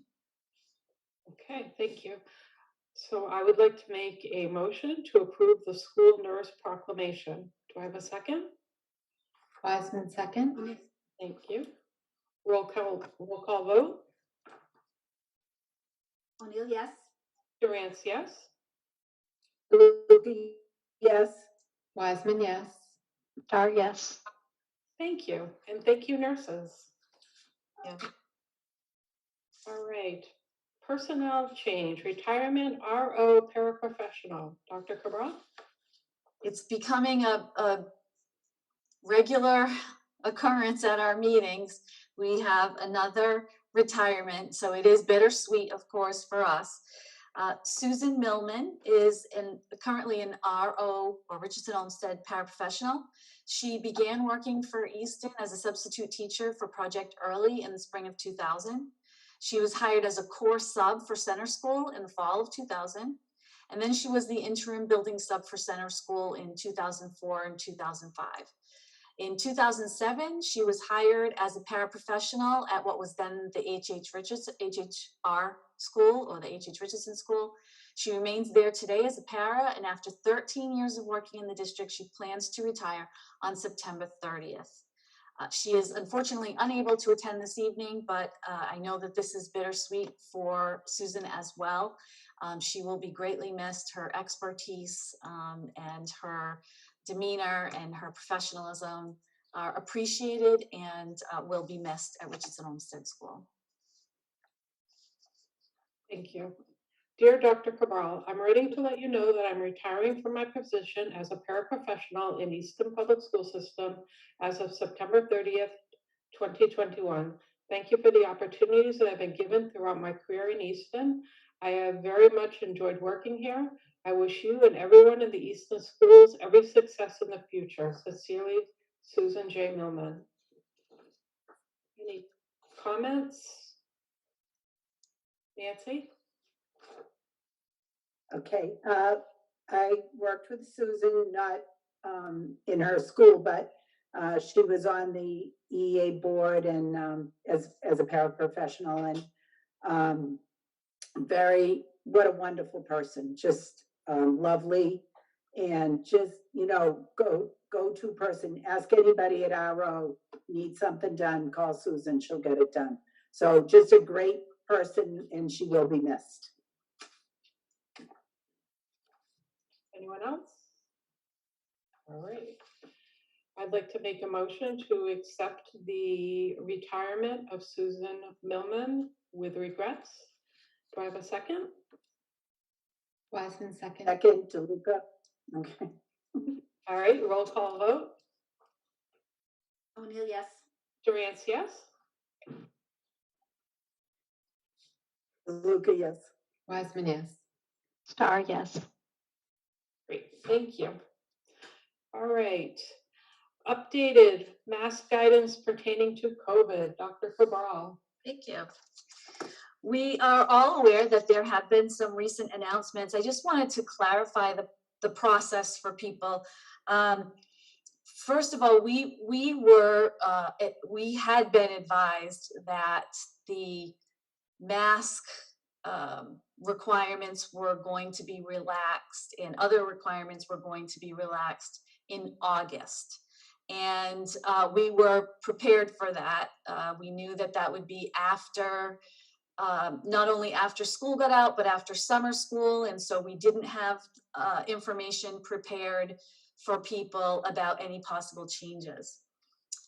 This past weekend, the commissioner was notified quite late that Monday there would be an alternative announcement. And so unfortunately, none of us were prepared for a change.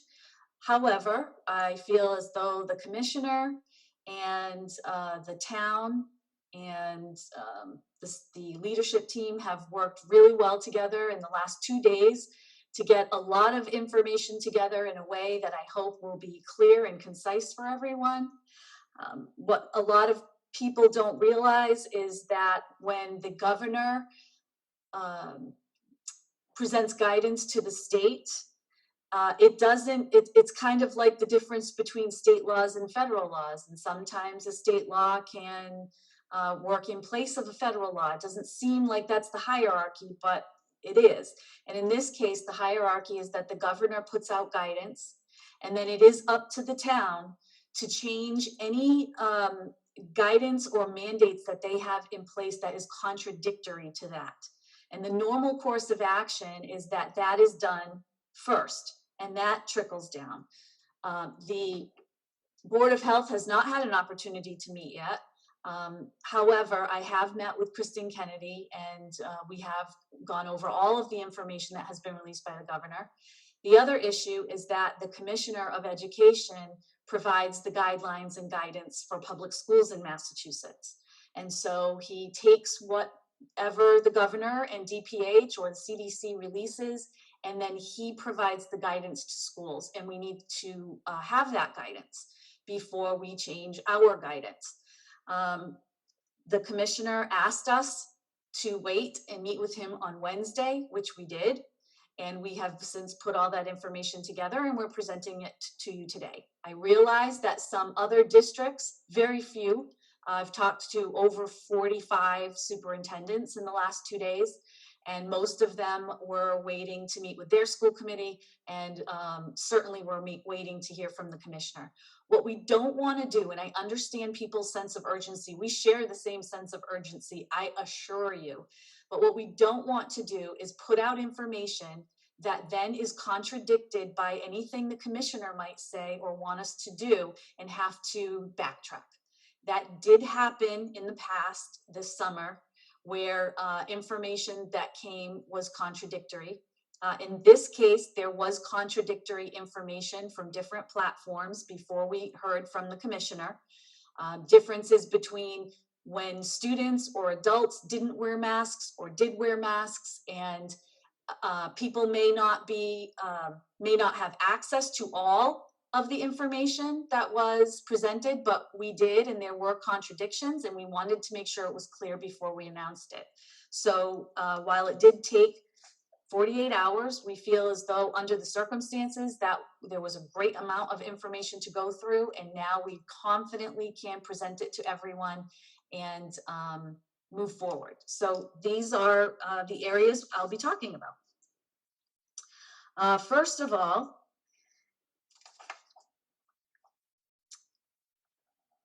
the governor's guidance for almost everything that the governor put out has been reviewed by the commissioner's medical advisors, and they are moving forward with no masks for students at recess, during youth sports, when they participate in outside classes or an outdoor classroom, or physical education. Those are the only 4 areas that have yet to be vetted by the medical community and that the commissioner is putting forward as altered guidelines for school. I did last night call the commissioner personally because I knew that we were going to have this meeting and further information hadn't been out yet that might apply to things like the senior celebration tomorrow night. He was very kind. He returned my call immediately along with his head advisor. We had a great conversation and I was able to get clarity on some other areas as well. And so I'm sharing those also. First of all, I'll talk about sports. We are moving forward with all of the MIAA recommendations. Those include spring teams that are playing outdoors are not required to wear a mask or facial covering. Athletes on a bench or in a dugout outside are not required to wear a mask or facial covering.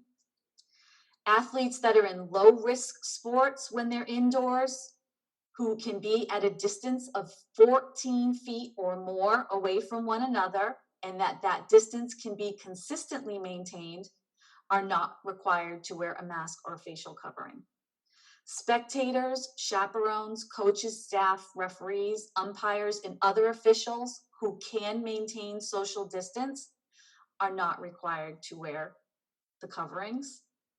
Visitors, spectators, volunteers, and staff who are at an indoor event must continue to wear a mask or facial covering. This includes all athletes participating in high school sports, as well as any youth sports that would fall in the age range of 18 and under. MIAA was very specific to note that no other changes to the sports modifications other than these about masks and social distancing are going to change at this point. But if they do change that going forward, we'll certainly keep everyone notified. Now, in terms of the senior event tomorrow, while this has not been published information, I am going to move forward and make the executive decision for tomorrow's senior event that students are not going to be wearing masks. The recommendation is that the social distancing between them is to the extent practicable for the event.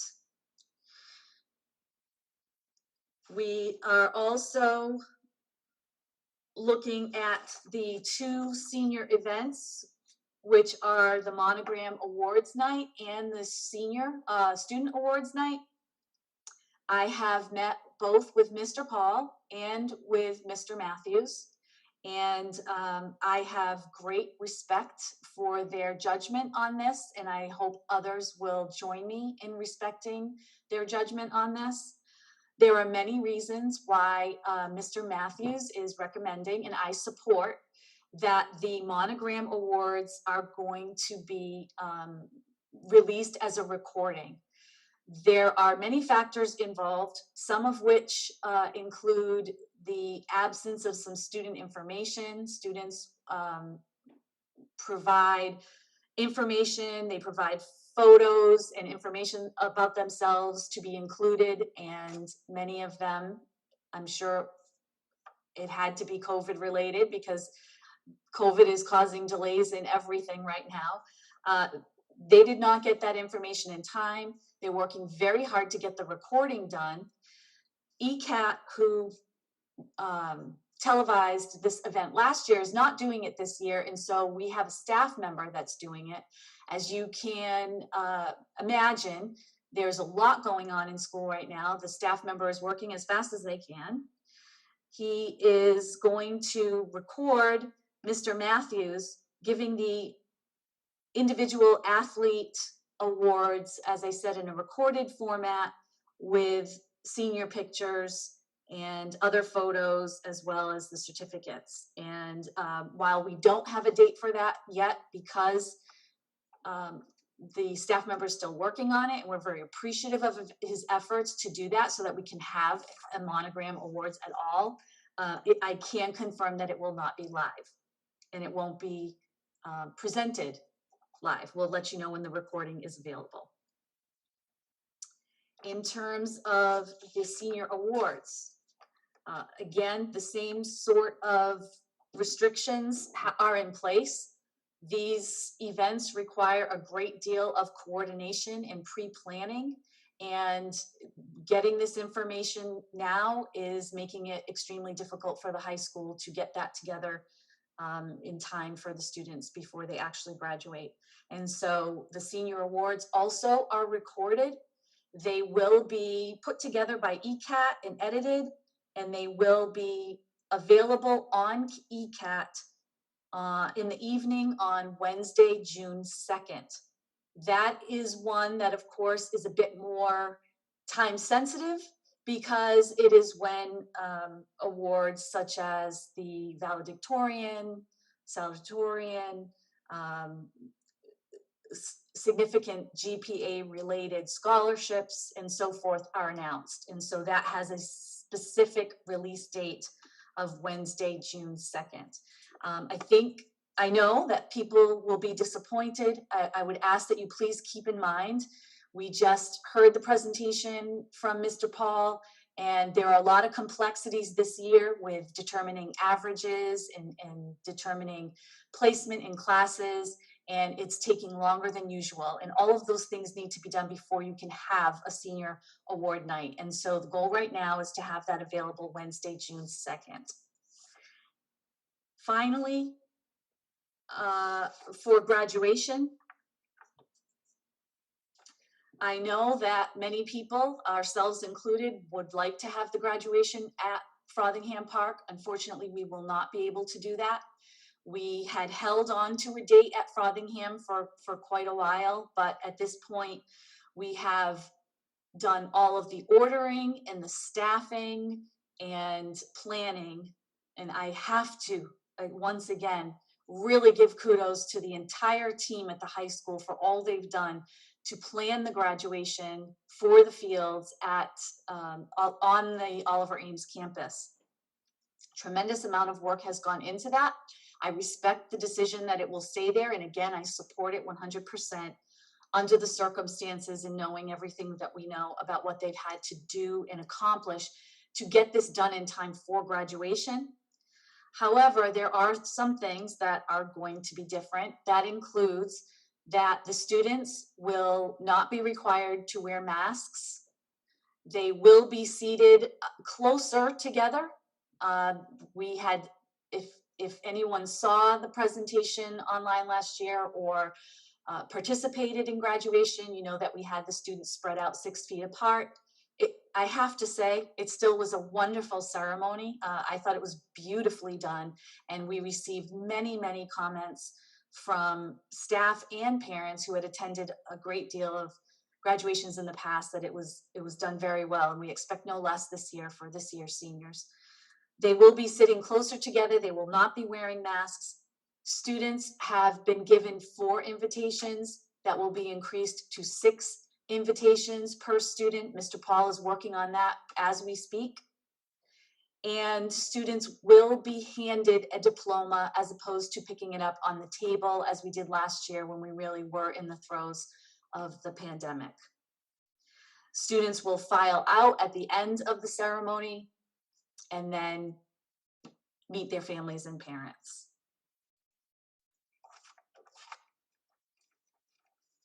In terms of other events at school, the commissioner and his advisor did ask me to wait for further guidance, particularly for things like lunch. Our students have been, by and large, eating outside. However, we keep them very distant, 6 feet apart. That certainly will remain. They did disclose that the medical experts did have a concern about eating, and they wanted to vet that a little bit more before they sent out guidance about that. So I can assure you that more guidance is coming. In fact, we were given guidance on May 17th, and it was changed on the 19th. So as I said, the information does change, and so we do try to get the final information before we release it to people, so as to eliminate or at least reduce confusion and multiple messages going out to people. So we are greatly appreciative for everyone who did read the email on Monday that we would be having this meeting and providing this information on Thursday, and we're very patient and supportive, and we thank you very much for allowing that to happen. I try to remind people that we have a school system of almost 4,000 students here with 600 staff members that is a functional school system every day. And while these issues come up at the last minute and things happen, we're still running a school system every day. And we have to make sure that students are served the same way, regardless of what's coming at us. And I feel confident we've been able to do that. We are preparing all of this information to be sent home. We'll get all the information out in writing, but the most timely piece, of course, was tomorrow. And so I did want to assure people that the students would be able to be maskless during their celebration tomorrow with social distancing as practicable. I believe I've covered all the areas that we were deliberating. If you have any questions or would like further information, please let me know. Any questions from school committee? Caroline? You said that students can be maskless during graduation. What about the other attendees, the families? Thank you. We are going to have seating like we did. We're going to try to separate families like we did last year, but then because of the increased number of invitations, it's basically going to be standing room only on the outer perimeter for those extra 2 invitees. The mandate from the commissioner is that any adult who is vaccinated does not need to wear a mask, and any adult that is not vaccinated must wear a mask. We will not be collecting COVID cards at the event. We're asking for people to abide by the honor system. Please wear a mask if you're not vaccinated, for your protection as well as that of others. And if you are vaccinated, you are not required to wear a mask. Although you certainly may. And one of the things that I've been reading is that it's actually a gesture of respect for others in settings like that. Even if you've been vaccinated, you wear a mask because it's reassuring for others who may be immunocompromised or may have other reasons that they haven't been able to get a vaccine, or unfortunately what we're finding is that many immunocompromised people are not actually developing immunity from the vaccines. So, it certainly doesn't prohibit anybody from wearing a mask who may in fact be vaccinated as well. I certainly hope the honor system, I hope people are compliant with the honor system. out of respect for others. I can add that in terms of the fall, the commissioner did tell me that he expects it to be a full day, full week schedule, starting the first day of school for us. That is September 1st for students and August 31st for staff. He did say that there would be a good likelihood that staff and or students may still be wearing masks. He said that that is going to be determined in part by how vaccinations for students progress over the summer and maybe how many students participate in that. We know now that, of course, students age 12 and over are eligible for vaccinations. He said that he has been advised that children 3 and up may be eligible for vaccination at the end of August or in September. As we know, delays may happen, advances may be made, people may choose not to be vaccinated. There are many factors that can interfere. Certainly, we are not anticipating a resurgence, but I still have to say, obviously, we will pay attention to all of that and protect people accordingly. But as of now, we all hopefully anticipate a complete return with the possible exception of some mask wearing as necessary. Nancy? Yes, tomorrow's event, the prom, are both groups gonna be able to go together at the same time now, or is it still the two groups? Am I wrong on that? I believe they're still maintaining the 2 groups. I just saw Mr. Koutros Okay. yesterday, and I'm pretty sure that's what he told me. Again, a lot of planning has gone into this. They've rented things for each night. They've got a certain amount of staff and volunteers that are available for each night. So certainly, I can understand why that would be the case. I mean, this is information that was just released sort of on Monday.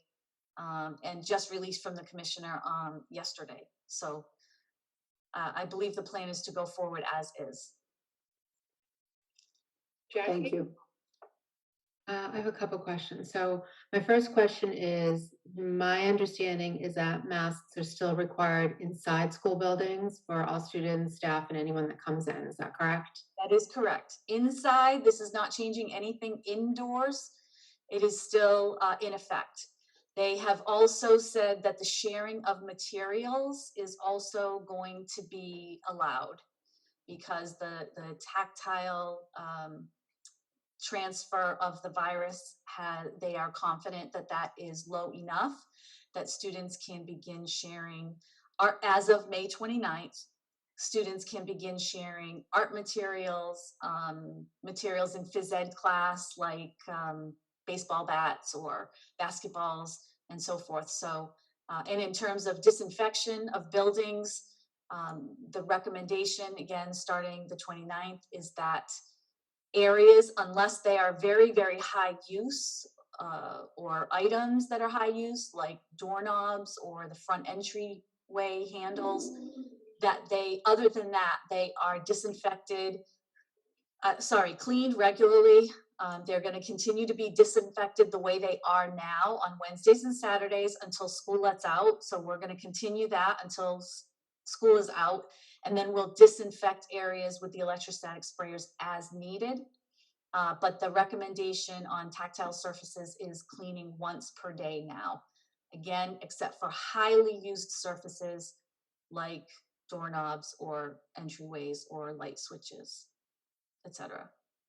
Thank you. And then my other question is, we have face covering guidelines and face covering policy that obviously needs to be updated. I don't know if it makes sense to do it now or if you're expecting more relaxation of some of this, for example, for lunches, indoor, anything indoor, then I guess, we should wait. If you think that if the indoor aspects of the face coverings recommendations from the state DESE aren't going to change in the K through 12 buildings, then I guess we should make sure to do this as soon as possible. mean, obviously,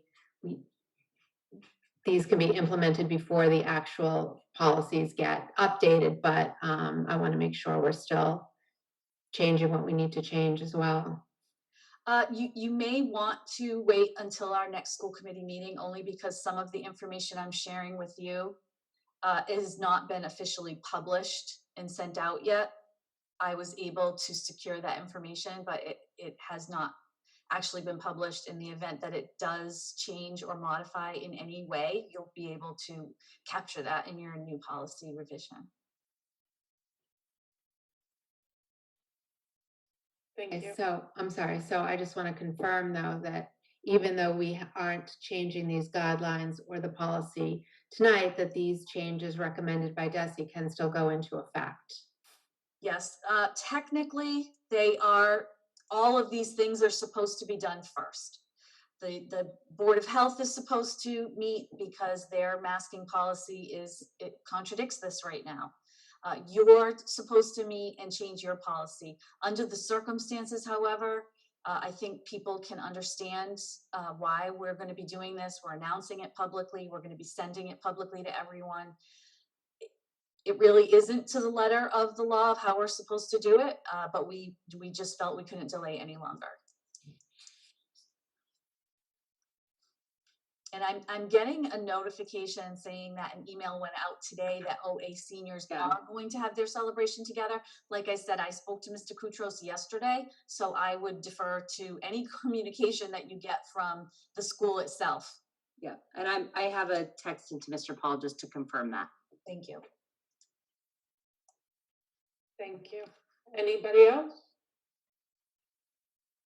All set, thank you. Anything else, Dr. Cabral? Nope, that's it for us. Like I said, we're packaging everything and making sure we send it out as clearly and concisely as possible. We have lots of documentation that has to be updated and translated. Our website, our return to school plan, our playbook, the information we send to parents. There's a lot of behind the scenes work that has to be done, so we're getting that out as soon as we can. Okay, thank you. Chrissy Pruitt? Yeah, I just wanted to add that, to just share with everyone that's watching and listening right now, that as you all know, this has been a very trying time for all of us, for us as staff, for our students, for you as parents, for our school committee. We are now seeing a light at the end of the tunnel, and it is bringing us a lot of hope. So please bear with us as we get through this by updating everything. Please be patient. We just want to make sure that we do it all correctly so that there aren't any mistakes, because we want these last few weeks to be the best for our kids and for our staff. And this really is extremely promising. And we are just, with the announcements and all of this, we've been ecstatic here in the office. So I just want to share that with all of you, that this is the announcements that we've been hoping for, that we've been praying for, that this will come. And just the sense that we might be getting back to normal. You know, there's always going to be a new normal, but that we might be getting back to normal has been extremely encouraging. And so thank you all for your patience and for working with us through this. And just this has been, it'll be a great summer, right? Don't say that. I hope it is, and I hope you didn't curse it. All right, thank you. All right, vote to approve anonymous donation to the Easton Middle School Art Program. Dr. Cabral. We have 3 donations actually that have been received by the middle school for their art program specifically. The amounts of the donation are $500, $2,000, and $10,000 for a total of $12,500. All 3 donors wish to remain anonymous, which is unfortunate because I really wish to give them recognition. But as I said about Mr. Paul earlier, I certainly understand people who choose to remain anonymous and do these acts of kindness out of the goodness of their heart and are not looking for any recognition. But if they are listening, please know that this makes a huge difference for our children, for our students, for our program, and we are eternally grateful for your generosity. So because of the amounts, we're asking the school committee to vote to approve them with extreme gratitude. All right, so do we need to approve them individually? How does that work? I think you can do them all at once if you name the 3 amounts. Okay.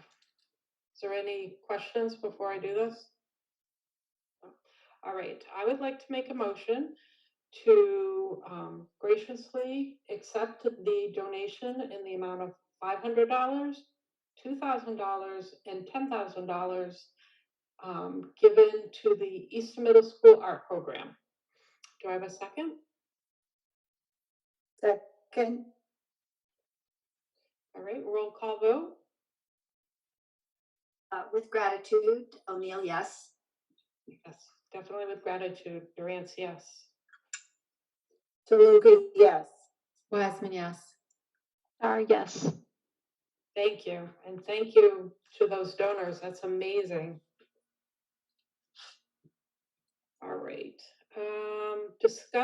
Discussion of U.S. News and World Report Best High School License in Use. Dr. Cabral? Thank you. So we have been taking a look toward branding of the district. We don't typically think of a school district and think of branding. It isn't a business per se. However, we think it's very important for people, not just in Easton, but outside of Easton, to know exactly what we have here and what we offer. You saw that a little earlier today with our efforts of updating our logo.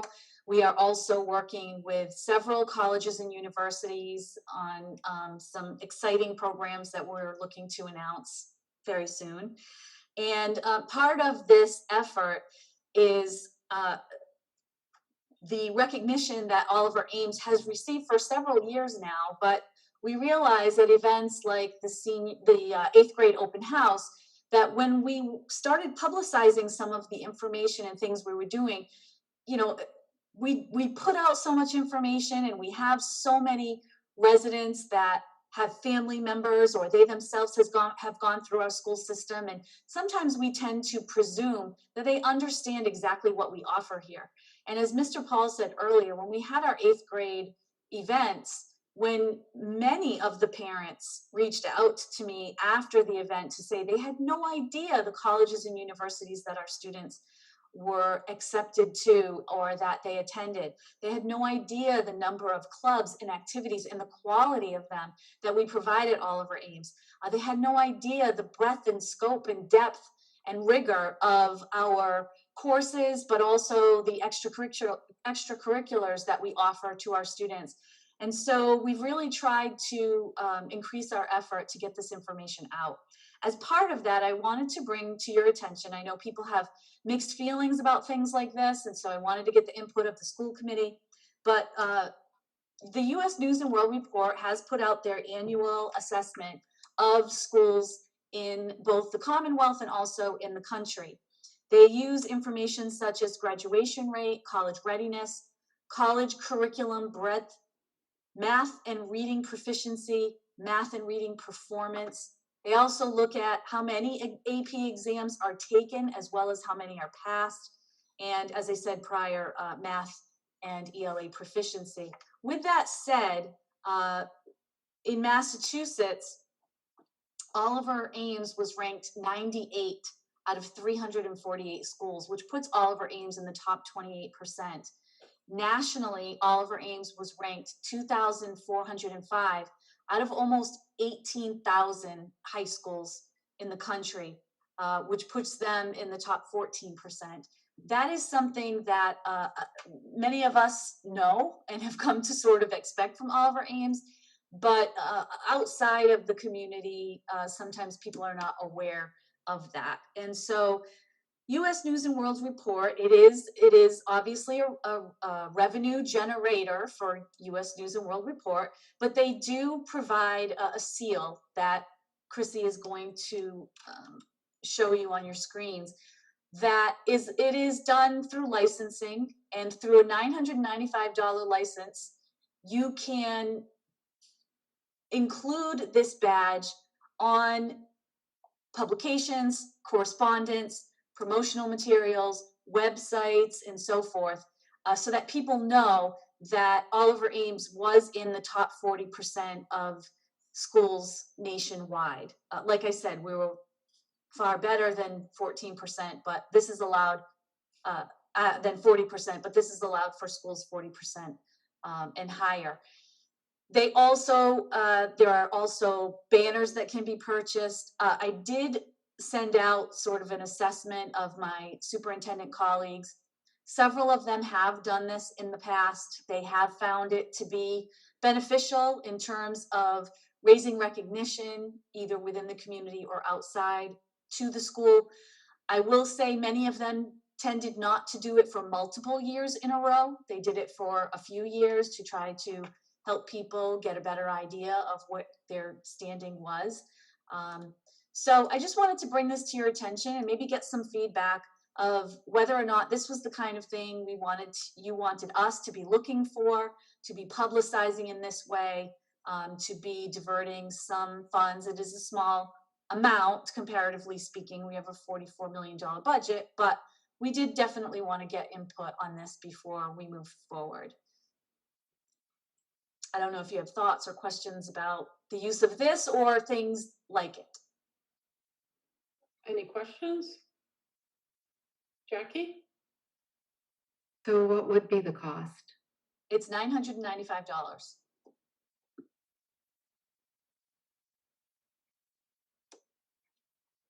Nancy? So you said that some of your colleagues that have used this said it was helpful, right? Or not They helpful? I did. guess that's No not the one really word, said but- that they found Is it- that it was a detriment to, it certainly was not a detriment to the district. Some found it more useful than others did. Some still have their banners hanging in their schools now and said that people do comment on it and it does bring some recognition and awareness to the school. I didn't get very overwhelming feedback either way, but people do use it and do it. In Massachusetts, I'm just talking about in And I Massachusetts. just, They do it nationwide, but okay. I'm talking about my Massachusetts colleagues. So I understand, you know what? US News and World Report, I remember Stonehill being, I don't know, all of a sudden everybody was going to Stonehill. They were in the top 2% or something. I mean, you live Only in Easton, regionally. you either go to Oliver Ames or you choose a private school or you go to Southeast Regional. I don't know. I just don't. Or you I move don't into the personally see district to attend the public school system. Yeah, which we're already stretched, so we just passed a budget that we could have used, a couple $1 million more, but, More I students. mean, I know the Clarify cost. that for a second. When we get more students, we get more funding from the state. I just want to clarify. When we Yeah, get more, $30 a kid, $30 a student. No. no, that's chapter And so 7. we get into the. That's the change. It's I very just, advantageous you of can us do to what, get more whatever you want. I just don't see an advantage to this. Okay. So So how- basically, it's just to, sorry. No, go ahead. Well, it's just a way to sort of promote ourselves, but Yeah. it's not even, I mean, we really don't have any data, not any solid data about how effective that is. I mean, it sounds like you have a few sort of anecdotes about, people commenting on that display of the high school's position or whatever, but I don't know. I just, US News and World Report has come under, some scrutiny lately, just generally about the usefulness of the rankings and how they're often kind of gamed by, certainly at the university level, college and university level. So I don't know. I mean, how strongly do you feel about this, Dr. Cabral, about I don't Going forward. have a stake either way.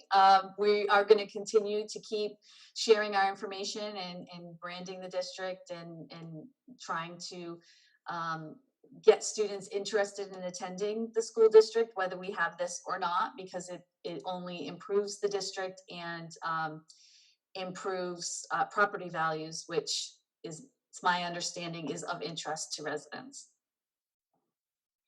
I don't think this will make or break what happens at Easton.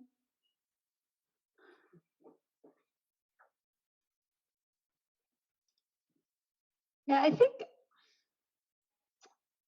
I appreciate you bringing it to us, and I think we should keep our eyes and ears out for other opportunities that are similar. Personally, I think, and again, this is just maybe because I'm used to the gaming of the college rankings, and I'm aware of that. The U.S. News and World Report's not necessarily measuring the right things. And so there's a perception that some of these rankings can be meaningless, but that might not be a view of the general public, right? So that might be something that people who are interested in data and education and things like that would know, but other people might not. I think something that might be a little bit more local, like a Boston Magazine type of thing, if we were to be one of their top ranked schools, I think that's certainly more meaningful in terms of locally recognizing excellence among Massachusetts. I just don't know. I think generally we know that the bar is not that high nationally. So I don't know if U.S. World, if something a national ranking is as meaningful as if there were something that were more local. Or certainly if we were in the top 1% or something. Hopefully for $995, he'd give you something that says that. Thinking of the Ames Library is one best small library in America. That's huge. Okay, you're definitely going to invest in that branding for sure. I just don't know if this is particularly meaningful, but I appreciate the idea, certainly, in bringing it to us, and maybe it's something to consider in the future.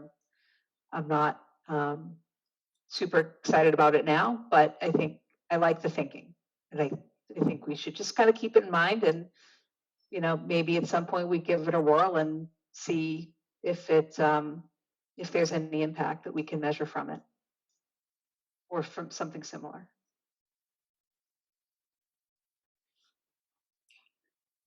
I don't really have an opinion, which tells me I'm not all that excited about it either, but I'm not against it. But I'm not hearing a lot of enthusiasm, so maybe that in itself is a sign. Yeah, I'm not overly excited about it. Sorry. That's fine. So do we have to vote to not? No, there's no vote for that. It was just discussion. For the discussion. Okay, fabulous. Anyone else before I move on? No, all right. Vote to approve Renaissance contract and authorize chair to sign. Dr. Cabral? This is a program that I'm going to have Mrs. Pruitt discuss with you. You have the contract in your packet. Hello, everyone. So at the beginning of each year, and actually 3 times throughout the year, we do a baseline screening in literacy and math in all of our K through 8 grades, for all students K through 8. Our students in grades 3 through 8 utilize a program called the STAR screening assessment. This is a subscription for a 3-year subscription that just needs to be redone. We have been utilizing the program and have found great benefits to its utilization. We are really excited with the possibilities at Richardson Olmsted. It has really been utilized in great depth due to the facilitation of from Karen Daly and Shira Werb, who are our literacy and math coach at RO. And we are excited with the implementation of a literacy coach at EMS, just how they will be able to utilize the data as well. So we're asking for this contract to be renewed. I will also add that Renaissance bought a program called Freckle, And Freckle is something that Richardson Olmsted has used in the past. They have continuously been using it. So that is actually lumped into this contract. It's a 3-year contract, and they were able to give us a nice deal on that due to our use with STAR as well. Freckle is actually directly related to STAR. So, for example, in the STAR assessment, the teachers will get a report saying which standards, which frameworks the students might be actually falling behind in. And then there are direct links to lessons from Freckle that they can use and utilize. So we are really excited about continuing this. I actually met with them multiple times, squeezing pennies from them, saying, you know, come on, I can be a walking salesperson for you. Just, you know, give us a better deal. So they actually brought on their manager, and they were really amenable to what we were requesting. So this is, like I said, a 3-year contract for grades 3 through 8. We do utilize some licenses at the high school as well for students that might be receiving intervention. So while I say 3 to 8, it's for all students 3 to 8, and then some students at the high school as well.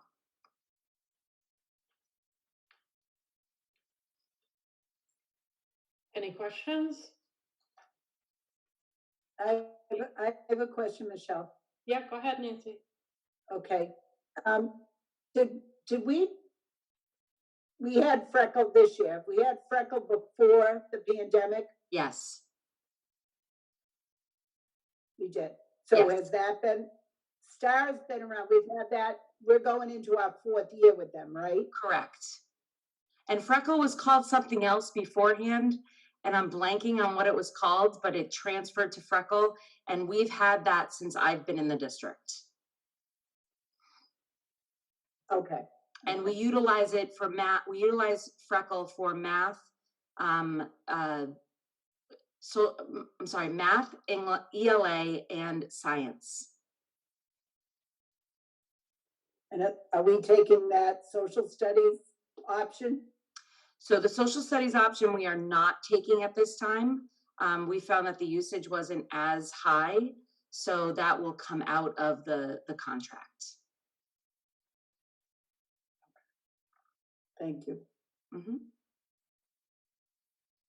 Are we using this just for benchmarking, or are we using it for progress monitoring too?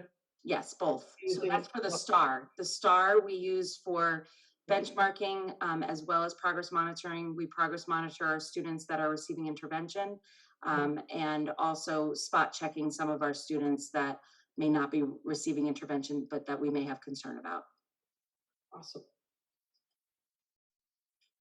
Michelle, I have one more question. Sure, go ahead, Nancy. So I assume I assume we have to pay the $94,000 that we pay it now for the 3 years. Yes. And we have money in the budget right now to pay Yes. this. Yeah, so what happened was due to COVID, there are supplies that we did not need to purchase. For example, we had budgeted for 6 photocopiers to replace 6 copiers. We didn't need them. We went electronic. So we had to replace 3 of the 6. So we are finding that within our budget that for this current year that we are able to utilize some of the funding, and then also looking at some of the budget for next year as well in our curriculum lines. Thank you. Mm-hmm. We can be very creative, Nancy. Anyone else? No? All right. So this does require a vote. So I would like to make a motion to approve the Renaissance contract for the 3 years. Anyone on second? O'Neill second. All right, roll call vote. O'Neill, yes.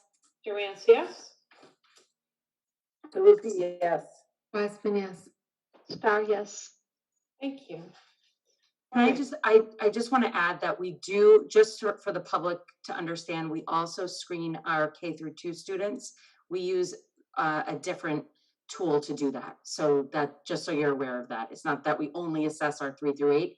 We definitely assess our K through 2. We use a different tool for that. Are you using the Star Early Lit or just not? Now, Start off? they're very comfortable utilizing CBMs through Dr. Parker, who came in and did a lot of work with them. So they are continuing to utilize that. Awesome, thank you. All right, district updates, Dr. Cabral. I'm sorry, did you authorize the chair to sign the contract in that vote? Nope, you want me to redo it? We accepted it, so can I just do a separate motion or do you want me to do it over? You can do a separate motion, that's fine. Okay. I'd like to make a motion to authorize the chair to sign the contract. Wiseman second. Roll call vote, O'Neill, yes. Durant, yes? DeLuca, yes. Wiseman, yes. Yes. Thank you. Okay, now district updates, Dr. Cabral.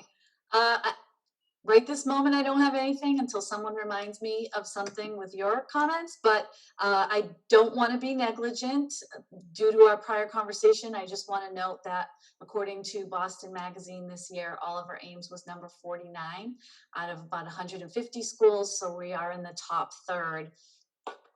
They measure schools in or partially within 495.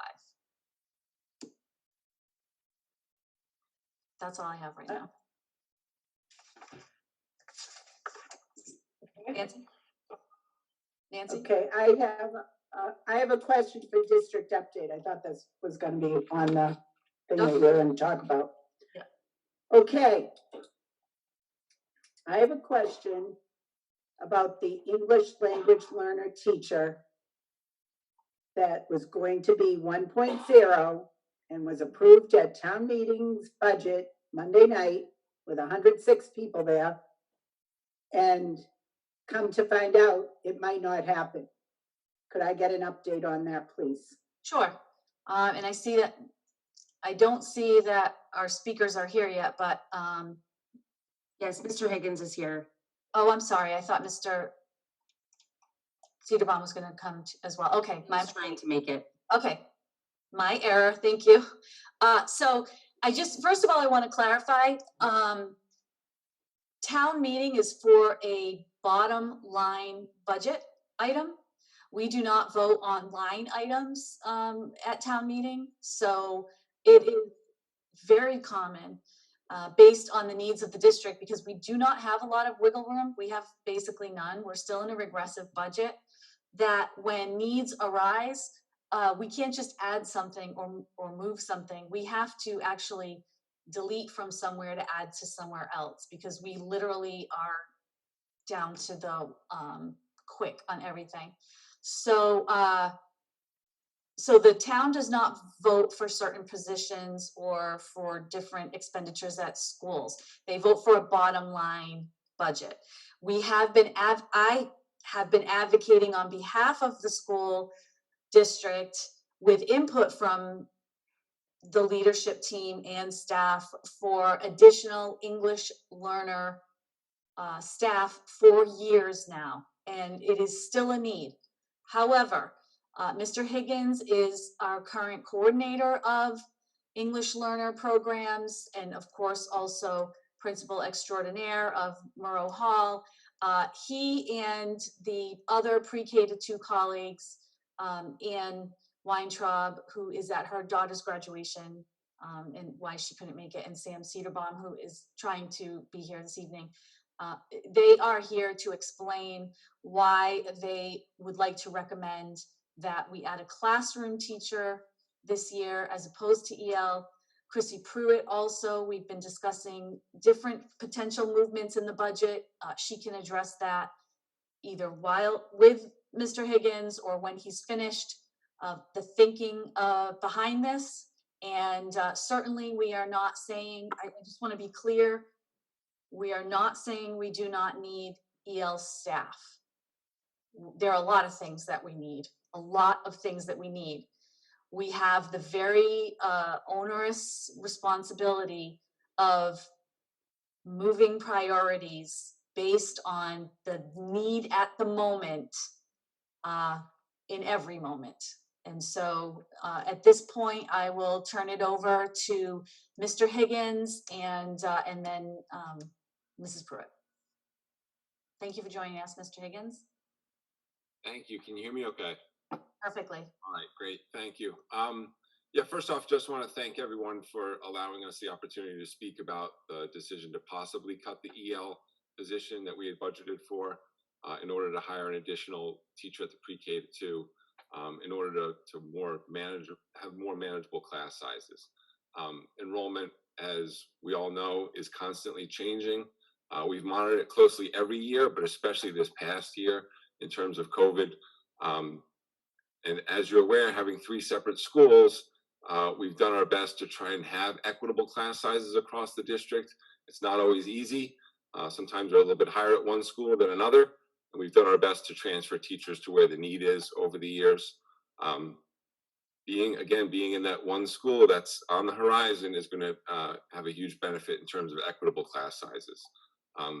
This coming fall, we've got 64 returning first graders to the pre-K to 2 schools, 34 of which are at Parkview, 19 of them are at Center School, and then 11 at Monroe Hall.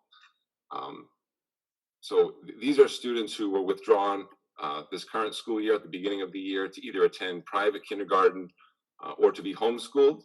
And we are going through a screening process of those 64 students currently to get a handle on where they are academically, social, emotionally.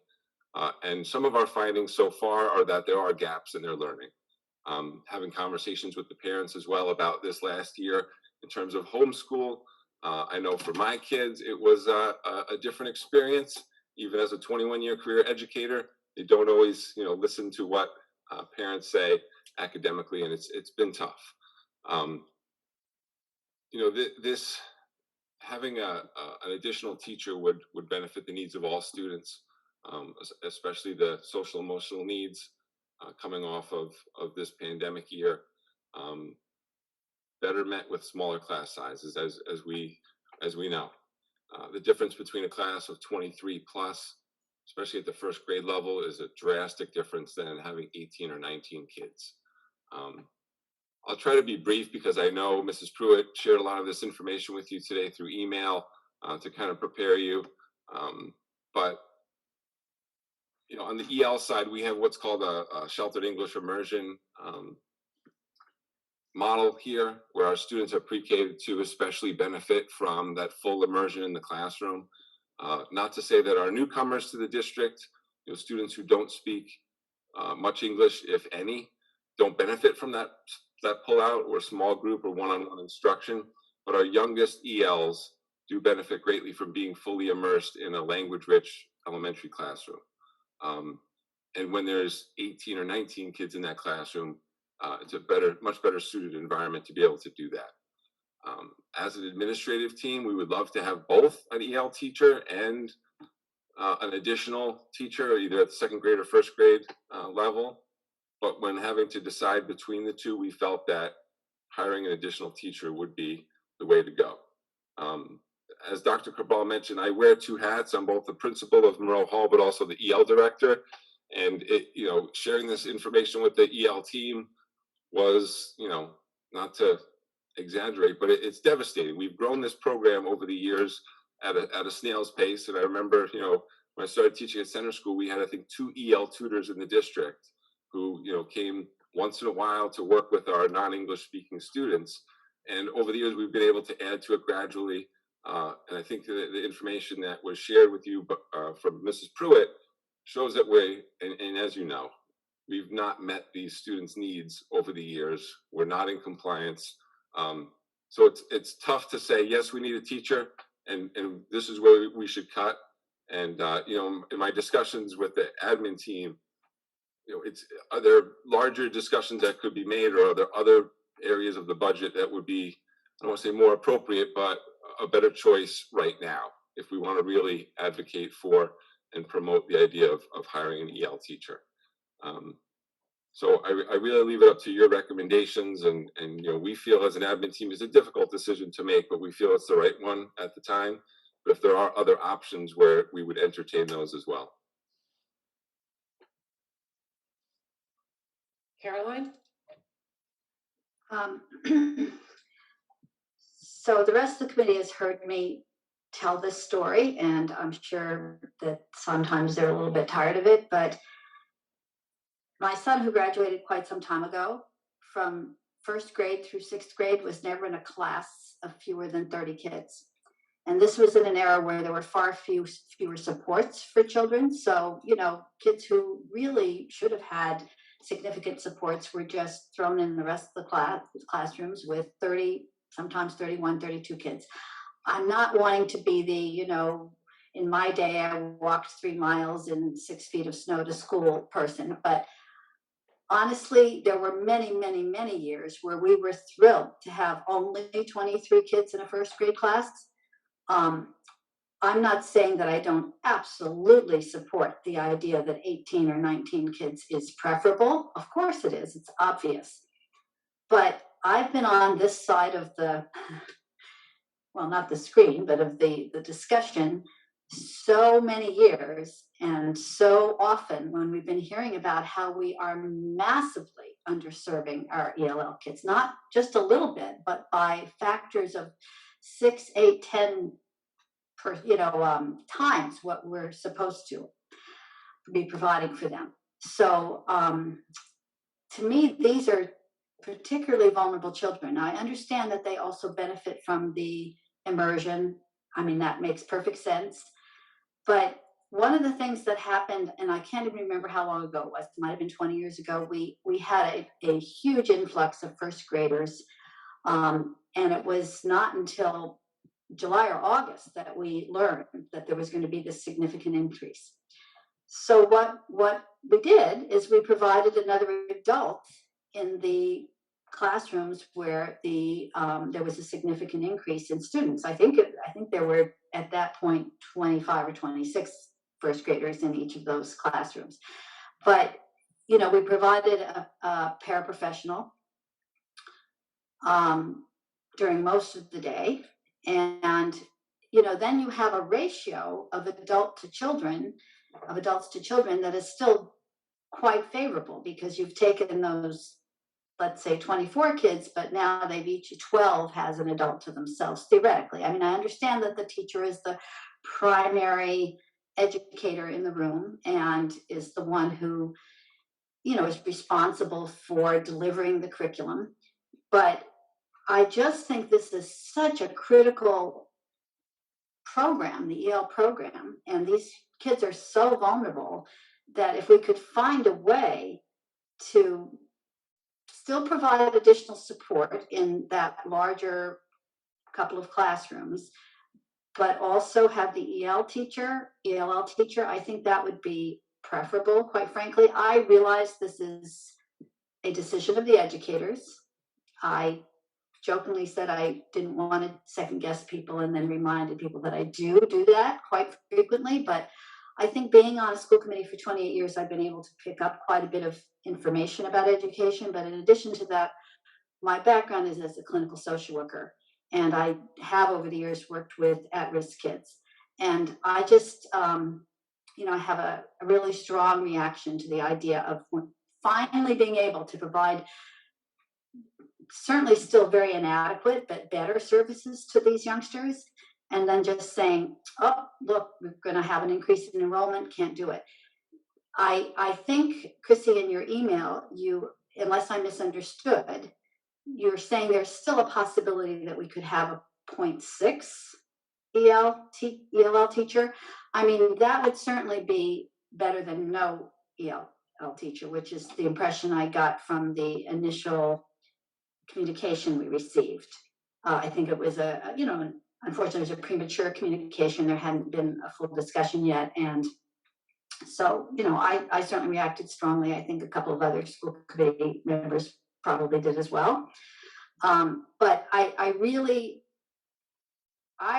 can't support. I know I'm just one person on the school committee, and I'm not one of the educators involved here, but I really can't support not increasing the ELL staffing at all.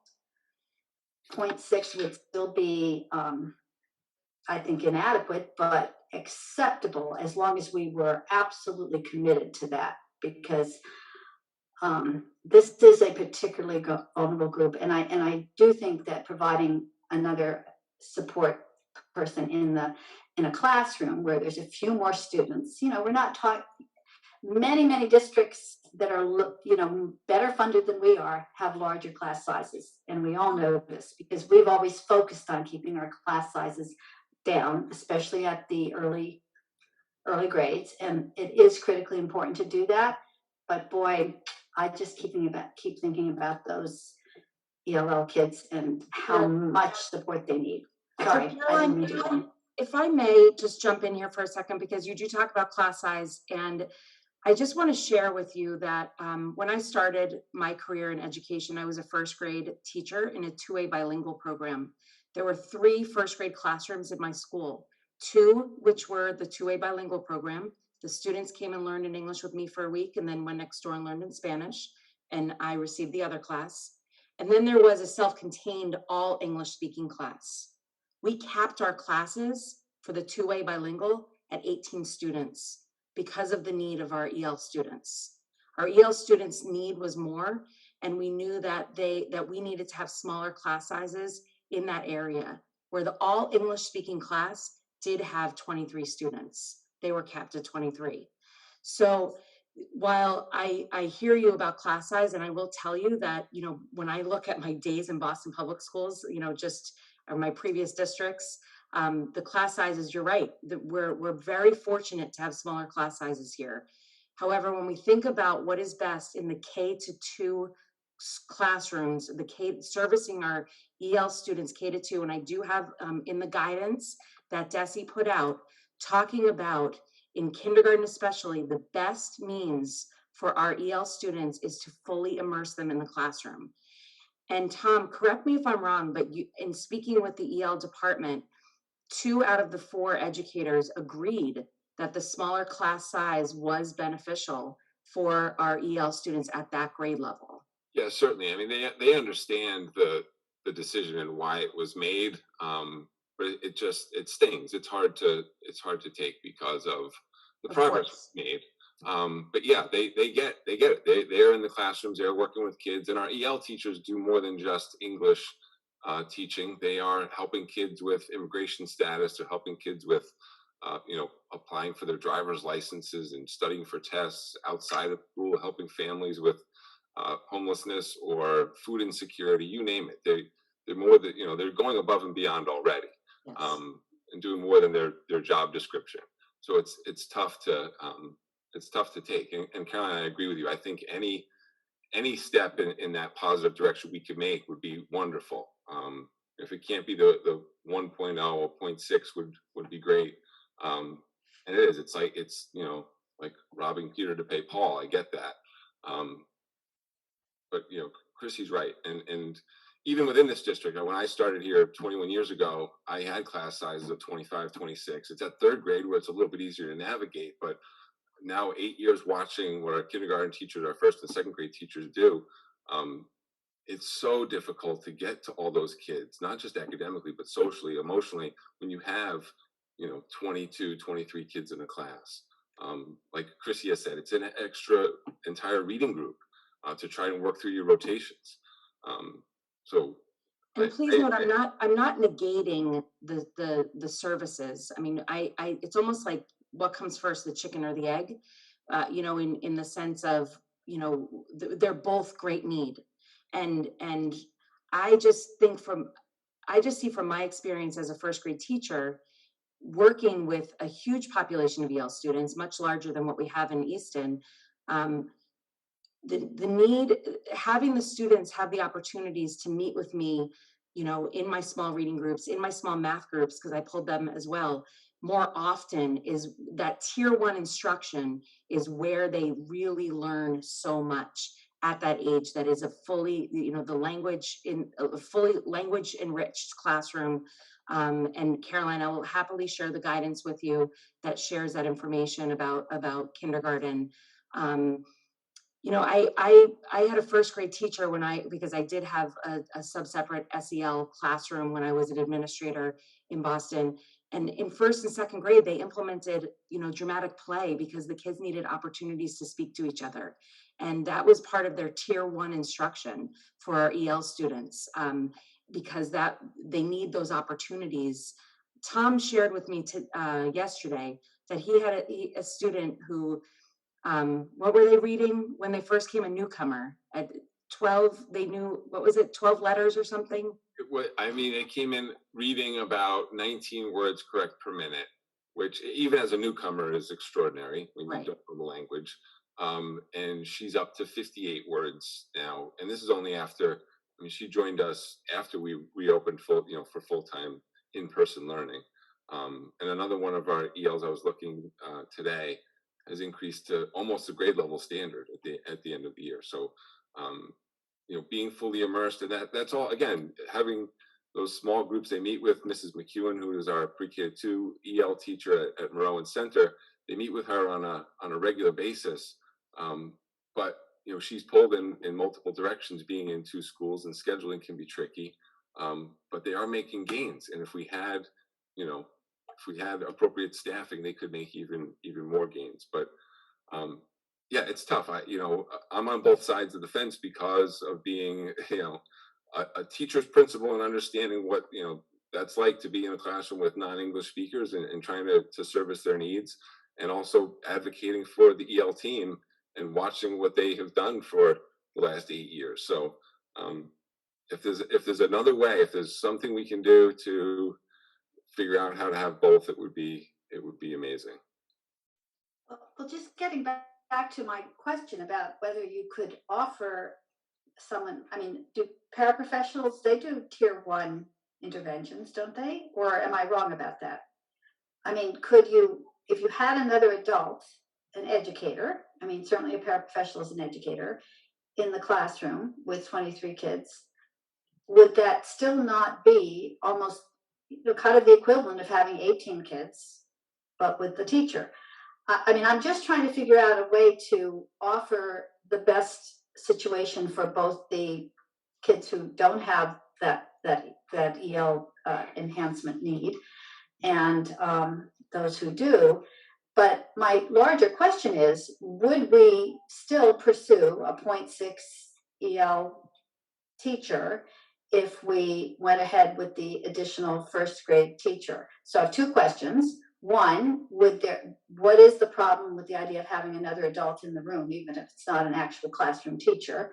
And 2, would we at least be guaranteed that 0.6 EL position? Because either I have misunderstood or kind of inadvertently been misinformed, but I was under the impression over many discussions over the last several years that this was a critical need, and that we were, as I said, massively underserving these students from a number of hours that they're supposed to, the guidelines don't just suggest, I think require that we provide to them.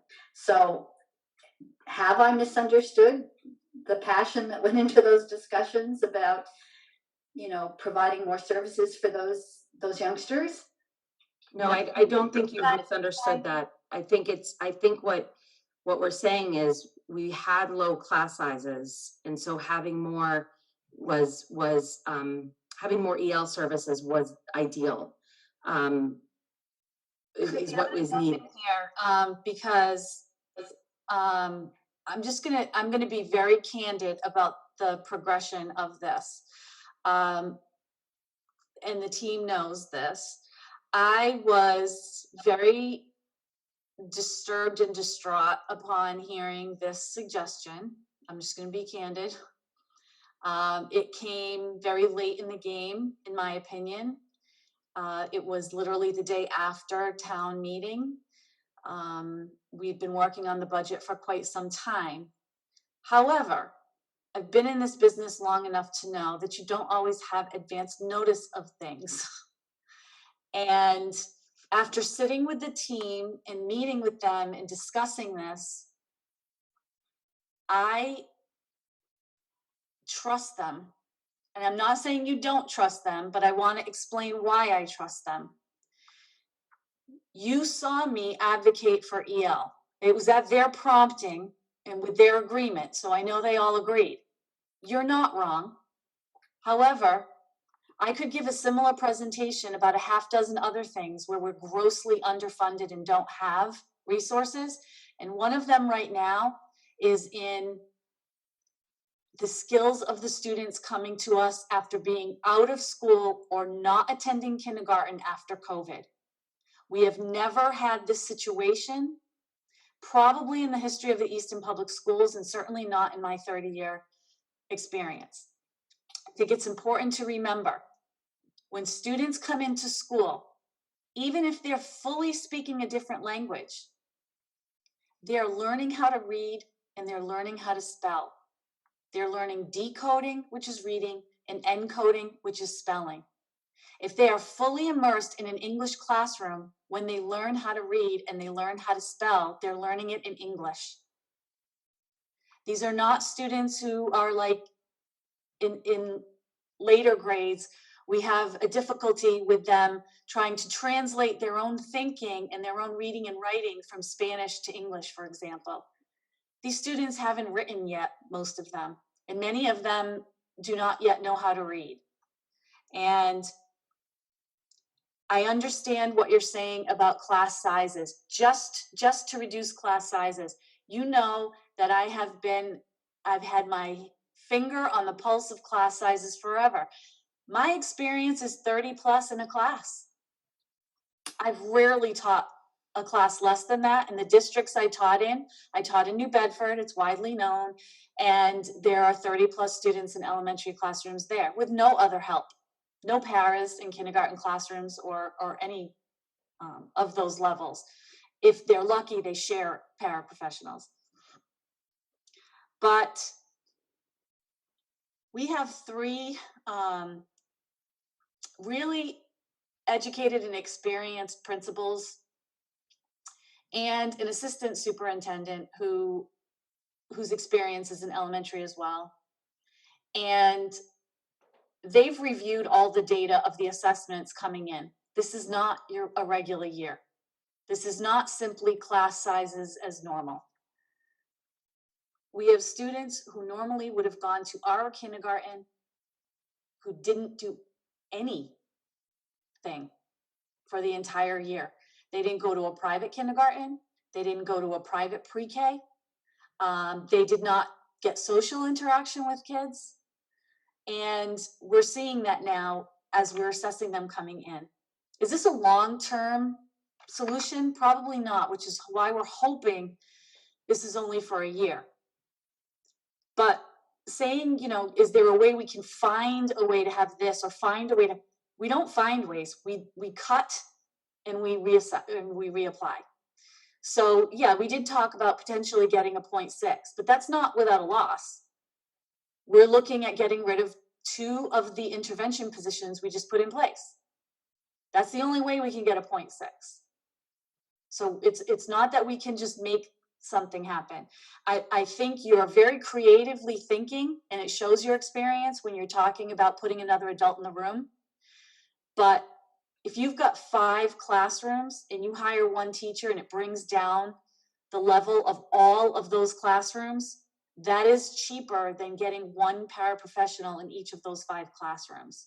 You can't just have 1 para in 1 room. You would need 1 para in all of those rooms that have 22 or 23 students in them. And so adding another section, it's actually cheaper, even though it sounds counterintuitive. And when I'm talking about trusted colleagues, our pre-K to 2 current EL service provider is one of the professionals who suggested we wait. And she's the one providing those services right now. She knows these kids intimately, and she understands the importance of the small class immersion. And so I put a lot of stock in that as well. So I just want to make sure that, I acknowledge publicly that I felt the same way that you are feeling right now when we first discussed this.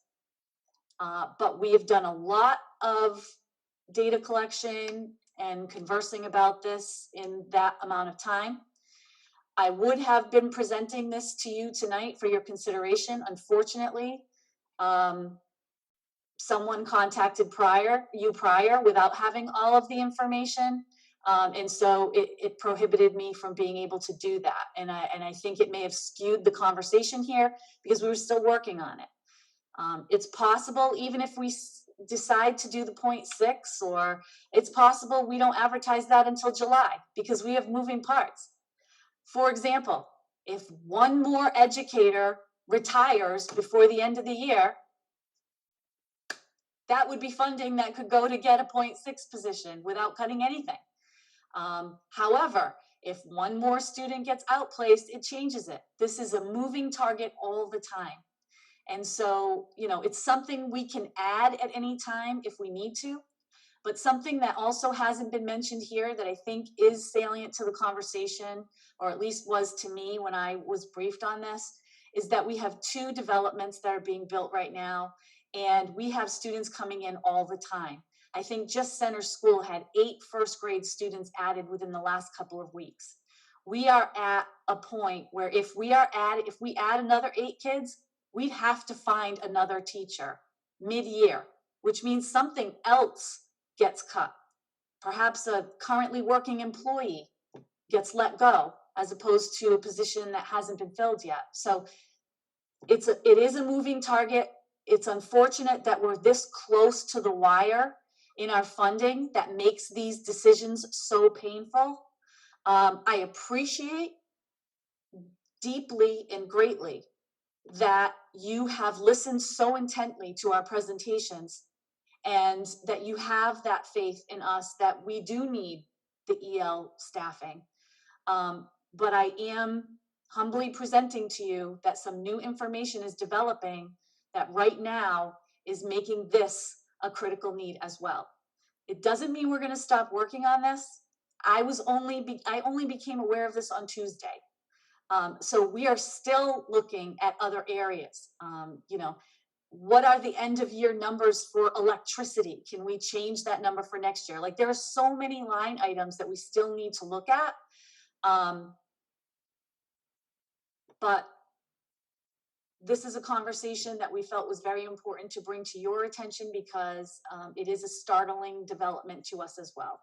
And I just want to add to that, and this is in recognition to Tom, Sam, and Ann, our 3 K-2 principals, PK-2 principals. They actually had put into their school budgets what they were recommending. Sam put in an additional grade 1 teacher, and Ann put in an additional grade 2 teacher when we began our discussions, because they were anticipating this.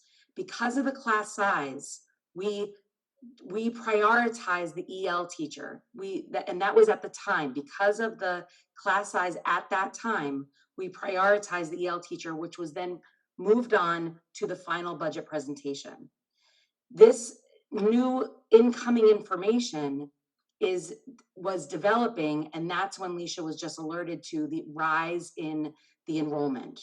So I just to make it clear that Sam, Ann, and Tom were predicting this, but we, looking at the past data from years prior, we were not thinking that the enrollment would increase this much.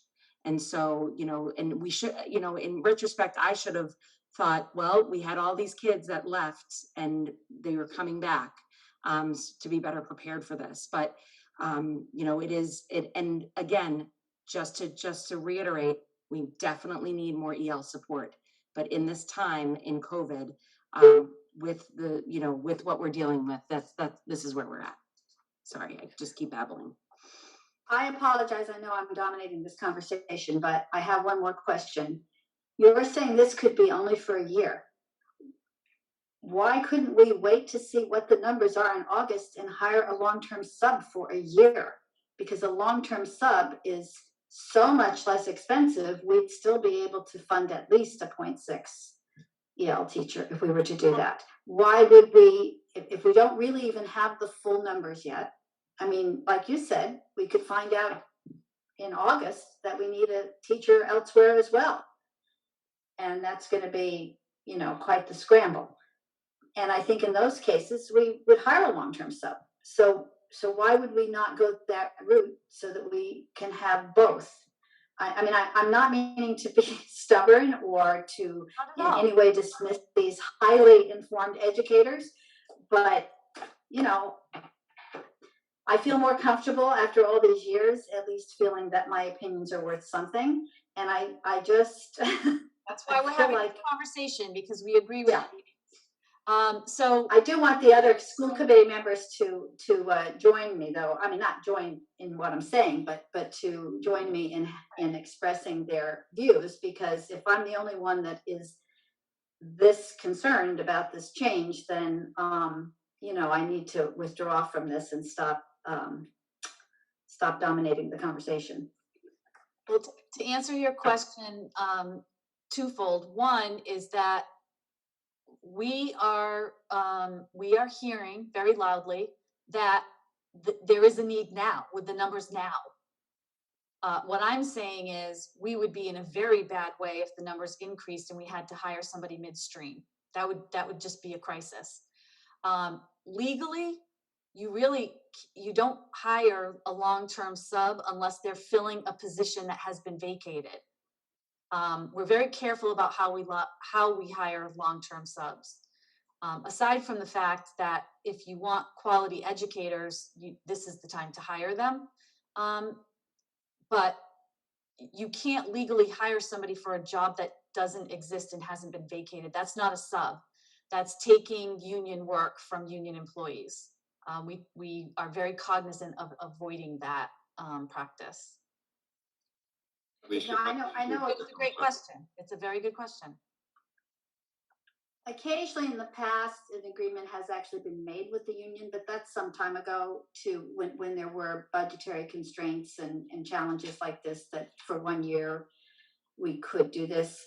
Maybe now that would not be possible. I mean, whatever the union leadership was at that time, we did it once, a long time ago. That's the problem with having someone who's been around this long. You have all these little stories, and maybe it was not entirely above board, but I do remember the union reluctantly agreed to that because of the budgetary constraints at the time.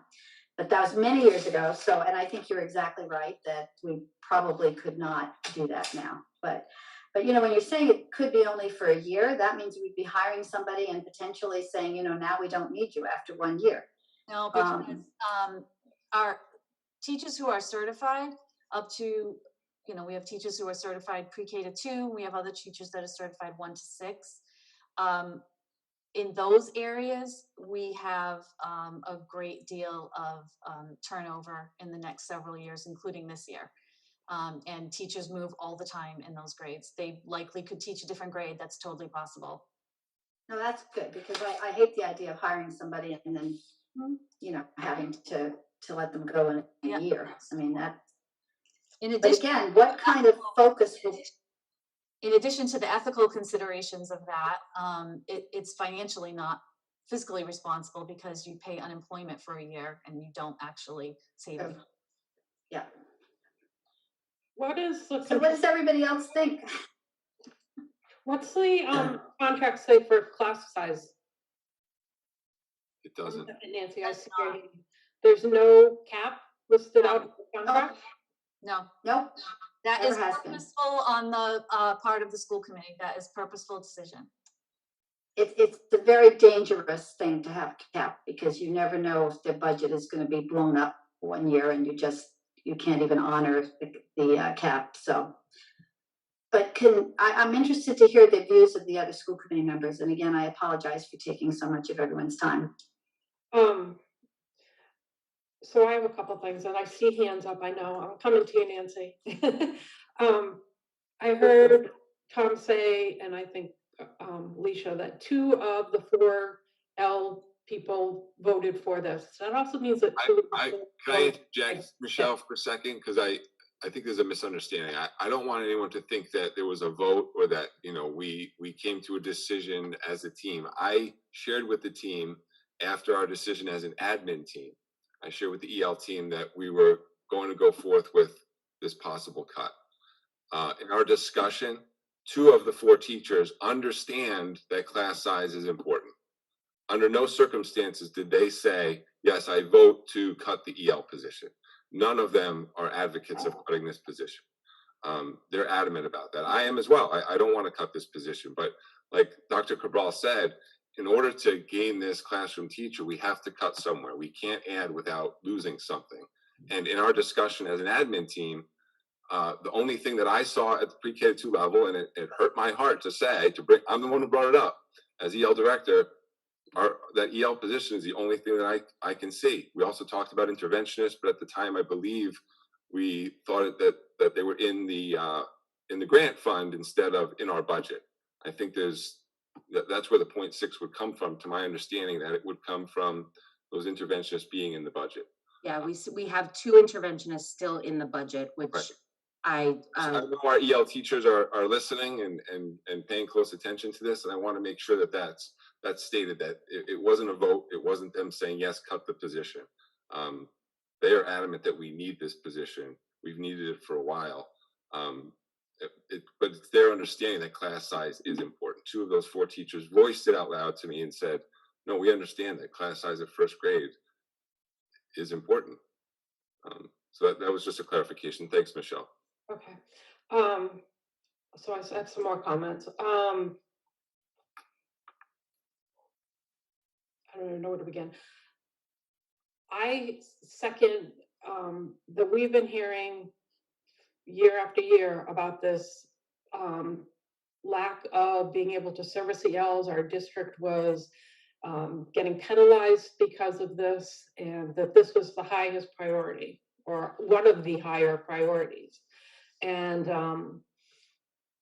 I think that when you do bring something and you call it out at town meeting, and I'm going to respectfully disagree with you, Dr. Corral, I realize that you're coming at it from an education and a budget point, but when you come to the general public and you say, these are the things that we get to bring back, and these are the things we're funding, and you tie titles to that, they're voting for that. I understand for us, it might be a bottom line, but the perception is they're voting for those positions. At least I believe that wholeheartedly. Also, at town meeting, I remember a lady getting up and specifically asking questions about the increased enrollment potential with the upcoming developments, and Connor getting up and downplaying that quite explicitly, saying that that was not going to be a factor and should not be a concern with the particular warrant that was up at that time. But that topic came up.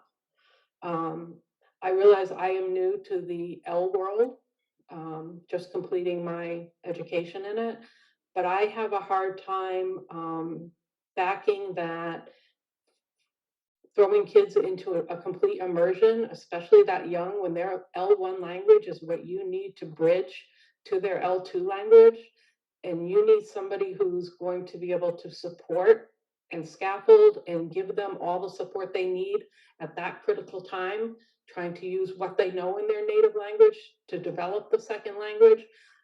I don't think pulling that out from under them or not giving them that support is beneficial. I think if I'm weighing that support versus maybe 2 or 3 more kids in a classroom spread out, I have to go with the L. I have a hard time supporting this change. I'll be honest with you. Michelle, just so I'd you're like aware. to add one clarification about Connor Reed. Yeah.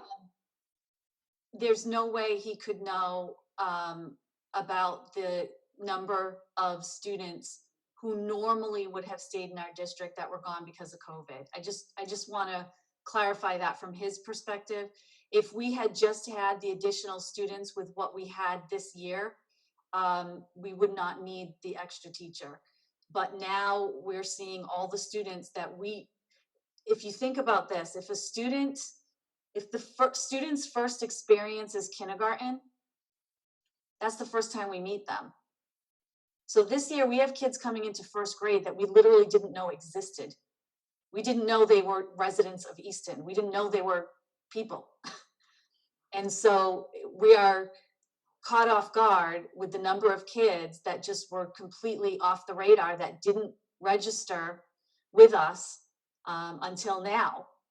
And may not until the first day of school, which happens frequently, that we just didn't know who they were. And so it's really, Chrissy can say we maybe should have anticipated that, but I'm not sure how anyone can anticipate that and know what those numbers are going to be. This is highly unusual. But I just wanted to clarify the point about Connor Reed, that's all. And I want to add also a reminder that all of our teachers, not all of them, but the ones that have EL students in their classrooms, in their as classroom teachers, they are SEI certified, Sheltered English Immersion certified, sorry, say that 10 times. And they are trained to do that essential scaffolding that you're talking about, Michelle. That's part of their training and their certification process. So this is training that the classroom teachers actually have in the classroom to do with our EL population. We also wouldn't be pulling that, small group or one-on-one instruction from the EL teacher away from them. Mrs. McEwen would continue in that role, being spread across the two schools with help from the other EL teachers at the lower level. But yeah, Chrissy's point to SEI endorsed teachers, we have, I would say close to 100% of our teachers at our level especially are SEI endorsed, and they do shelter the content for these kids. And they do work closely with Mrs. McEwen on making sure that that content is appropriate and scaffolded, like Mrs. Pruitt said. Nancy, was your hand up? Yes, Nancy, thank you. Again, I agree with Michelle. I agree with Caroline. We have been told for years that we need an EL teacher. I don't know why it's pre-K to 2 in the mix here. I really don't. I mean, I understand that there may be extra kids this year because of COVID and the kindergarten kids can come, so first grade. But the EL teachers, are you telling me that Donna and Gretchen by themselves service about 30 kids by themselves? So Is that true? the numbers that we have here, currently in kindergarten through second grade, there are 26 students. But there are 26 I have students. 28. Okay, yeah, 26. Go ahead. 26. In Yep. 3 through 5, there are 14. In 6 through 8, there are 9. And 9 through 12, there are 13. There are students that are monitored. Right. Okay, there are students that are monitored, which is an additional, task for the EL teacher to complete, obviously. They are doing check-ins with the teachers, potentially doing small group check-ins, but that's not daily. But the actual students that they're servicing directly, like I said, is 26 K through 2, 14 3 through 8. I'm sorry, 3 through 5, 9, 6 through 8, and 13 at the high school. And that there is Thank you. there is an EL teacher at the high school. Correct. There is a part-time Yeah. teacher at the middle school. The reason this is about So when you talk, is because we were hiring someone to assist pre-K to 2. okay. So when you talk about a team of 4, it's actually not a team of 4. It's 3 point something. What? 1, 2? 0.4. Okay. So it's not really a team of 4. I mean, it's a team because they all work together. I get that. Right. People. And also with Michelle's comment, Tom, did you want to say something? No, I was Okay. just telling you that I think Ashley Drew at the middle school is either 0.2 or 0.4. I think she has either 1 Okay. or possibly 2. I'm not sure what the schedule change. That's fine, thank you. And I agree with Michelle that I did hear Connor say about the new housing, the new kids that haven't even moved into Easton. He said it shouldn't be a problem, you know, he did mention, it had nothing to do with the kids that are in, should have been in kindergarten this year that didn't come because they didn't want to pay the tuition, are now gonna be in first grade. That wasn't his thing. His thing was about the new housing and that the new kids wouldn't add a lot to our enrollment. I don't want to even go there, I so, think Connor's okay. point was the So overall. now, we voted a budget that included the EL teacher. And then the very next day, you want to say, okay, we'll wait till next year for the EL teacher because we need an elementary teacher. I love Caroline's idea about a long-term sub. It's been done in the past. I don't see the problem there. Wait a minute. You knew that the grade 1 enrollment was going to be high this year, even from the emails from people saying, I'm not going to put my kids in school because I'm not paying the tuition. And then this year, we'll probably get a lot of extra kindergarten kids because the tuition's less. Going to the budget, Dr. Cabral, you said just one student outplaced could change the whole budget. I thought that salaries were their own section of the budget and really weren't affected by student outplaced, electricity. I mean, I know it's all connected, it goes together, but when you talk about hiring a teacher, don't you find that you can use electricity or you can use copy machines or you could use something and push it towards a new teacher? Can you? It depends. If it's, Dr. Cabral? I'm sorry, can you hear me? Yes. Oh, okay.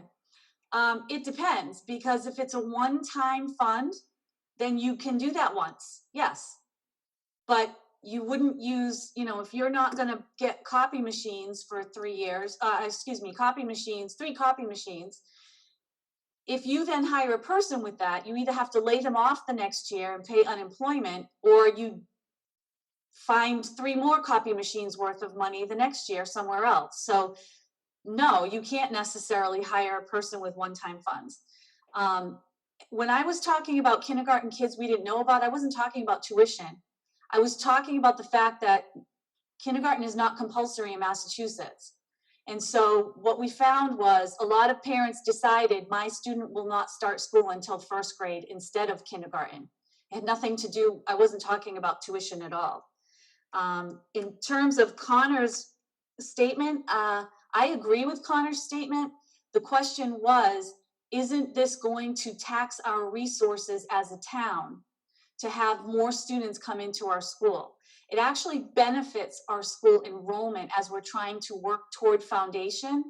If we can become a foundation district, we have the possibility of realizing far more money from the state than we currently get. And we're trying to do that by moving toward free full day K, because that actually brings us money ultimately. And also expanding our technical programs at the high school, which we're working on. And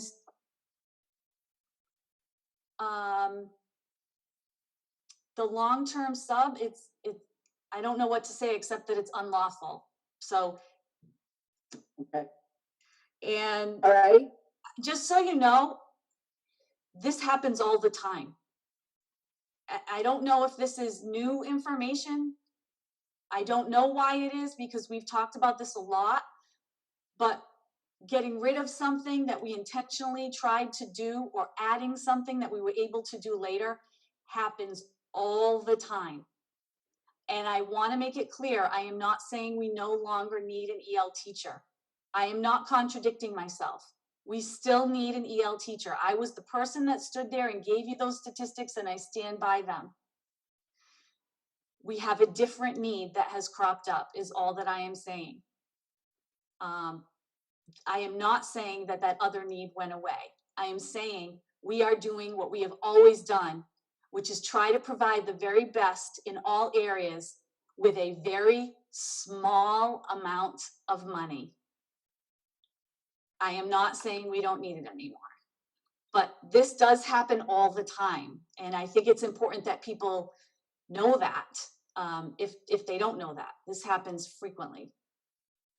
Oh, we certainly know that. I mean, we've been privy to many, many disappointments over the last number of years where we've proposed new positions, really important positions, and then at the last minute, we haven't been able to fund them. But I think it's the sort of repeated, consistent advocacy on behalf of this particular need that we filling this need that is causing us to react so strongly. But also, I mean, I don't remember the number of hours specifically that we were supposed to be, that, you know, in terms of that there was a deficit in the number of hours that we were theoretically required to provide to students, but it was in the many thousands, as I recall. I mean, it was just overwhelming how much of a shortfall we had in terms of the services that we were providing this particular group. So that's why I think we're focusing on this position as opposed to many other positions that we have been extremely disappointed to see disappear at the end of a budget process year after year. But so of course we know this happens all the time. Yes. And I completely understand, and that still exists. I am telling you that still exists. Perhaps if this were at a different level, we would be having a different conversation. I think the fact that this is pre-K to 2, when these students are learning the language, they have a limited vocabulary to begin with. They are learning to read, and they are learning to write, and they are learning to speak. And so it does make a difference. Pedagogically, it makes a difference that it's happening at this level. I will push back only to say that it is my belief that the reason there is such a difficulty with this is because of the way you heard about it. Because we have literally had 2 days to try to come up with another solution. We're not stopping. We haven't given up yet. We don't know if we're going to move the interventionists. We don't know. But you were given information prematurely, and I think it affected your perception of this because we rarely solve that issue in 2 days. Dr. Brawl, I think if you came to us tonight and said, okay, we're getting rid of the EL teacher, a new K to 2 teacher because of enrollment, I think that you would still get this reaction. Right. Because for years we have been told and we've been asking for an EL teacher. And I mean, I know you said this has happened before and you're right. And we just sit here and go along with it and go, okay, well, we believe Dr. Cabral and Chrissy and Marilyn Gordon that there's no other way it can be done. And then, like in October, November, December, something has to happen. Oh, we'll find money someplace. And that's just the impression that I get. We're being cited by DESE for not following EL things. If you had IEPs that weren't being followed, you're going to get citations, but you're also going to get parents that are mad because their child's IEP isn't being followed. I find that these children, because I've had them in my past too, just like Chrissy was talking about, everybody, I've had these students and nobody advocates for them. We have to advocate for them. They need services. And you know what? If there's 23 kids in a first grade class, then there's 23 kids. It's not the end of the world. Just for a year, see what happens. And the other thing I was going to say is, if you're looking for some places to save some money, maybe the residency guy or whoever it is, we could save him for a year. Or maybe like Luke was just talking about that literacy coach to help the teachers, maybe that person could wait for a year. I don't know. I don't know the answer. All I know is teachers need coaching. They need professional development to help in the classrooms. Who does this? The ELL people. I mean, they have master's degrees in English language learner stuff, and everybody's certified in it now, or supposed to be. So, I mean, there's got to be a way. And the other thing is, the teachers, everybody, all of them took a 1% raise. You can't tell me that there isn't a little bit of extra money someplace. All right, I'm sorry, we need an ELL full-time teacher. I would take a 0.6, but I'm going for full-time. Okay, And may I don't know, respond? I mean, maybe if we got paid, we could all give our salaries to you guys to hire somebody, but we don't get paid. Great idea. May I respond? Please do, please, yes, of course. Okay, so just to be clear, we are on the same team. I'm not a resident of Easton. It's the residents of Easton who determine how much money we get for our programs. I have advocated tirelessly for 8 years for all of these things. The town of Easton tells us what they're willing to invest in, and that's what we spend the money on. If they want to fund all of these critical areas, we are happy to provide the services. We only can work with what we are given. So that's where we are at. We can't create more money. In terms of advocating for students, I regret very much if anyone on this committee or in this community thinks that we don't spend every day advocating for every child, especially the most needy among them. I did say that we were under hours, but I never said we have been cited by DESE. We have not yet. It is what I predict will come in time.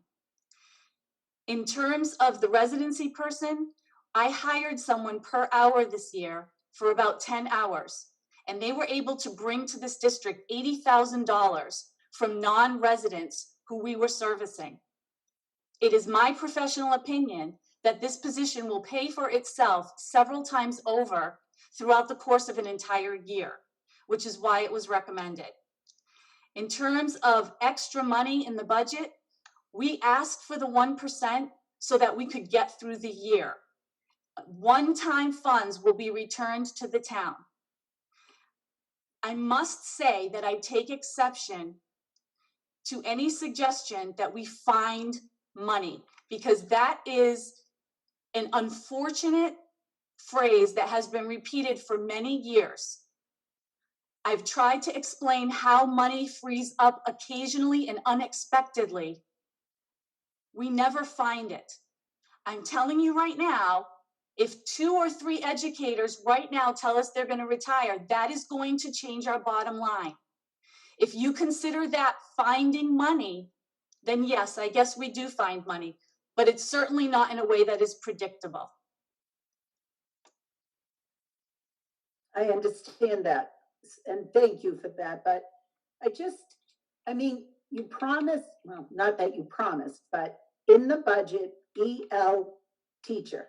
And I don't know, I just feel like every year we get disappointed and It's our responsibility to give you our professional opinion. You are the taxpayers and you guide the budget.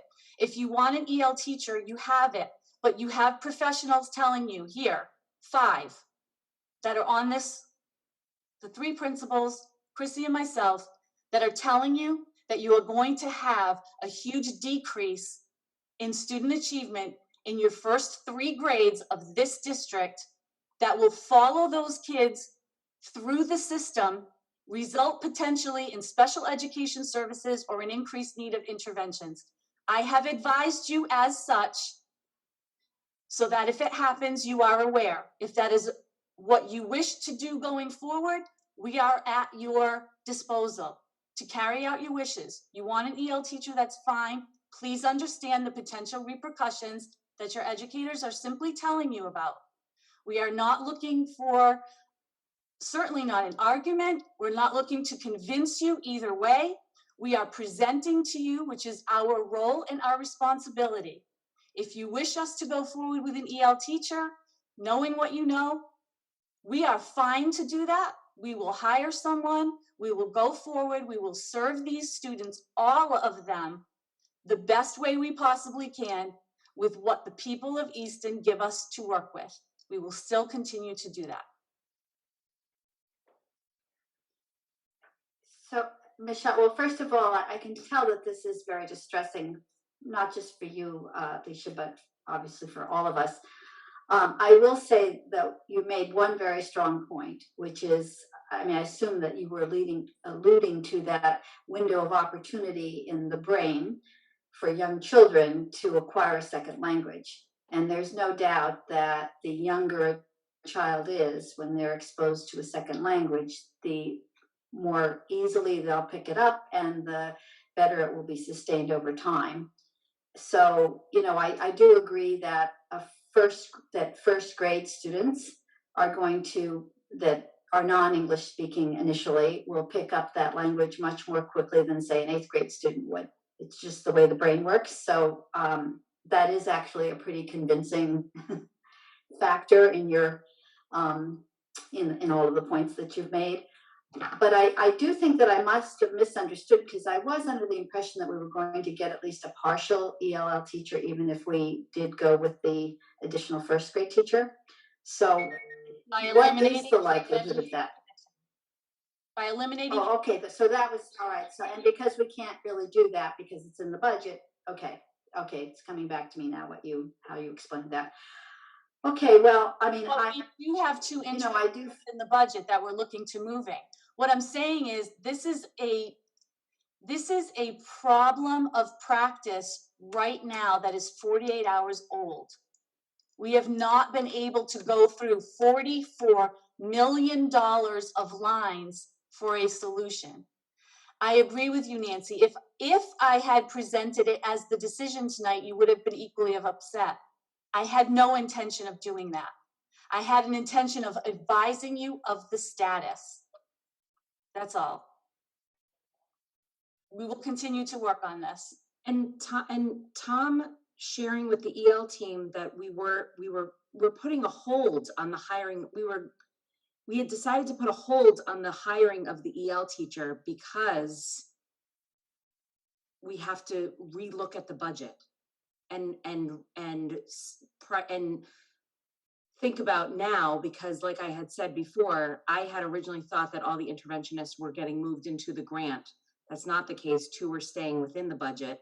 So that is something that we still need to discuss as an administrative team, to say, would the 0.6 EL teacher replace the 2 interventionists? And that was something that they had brought up.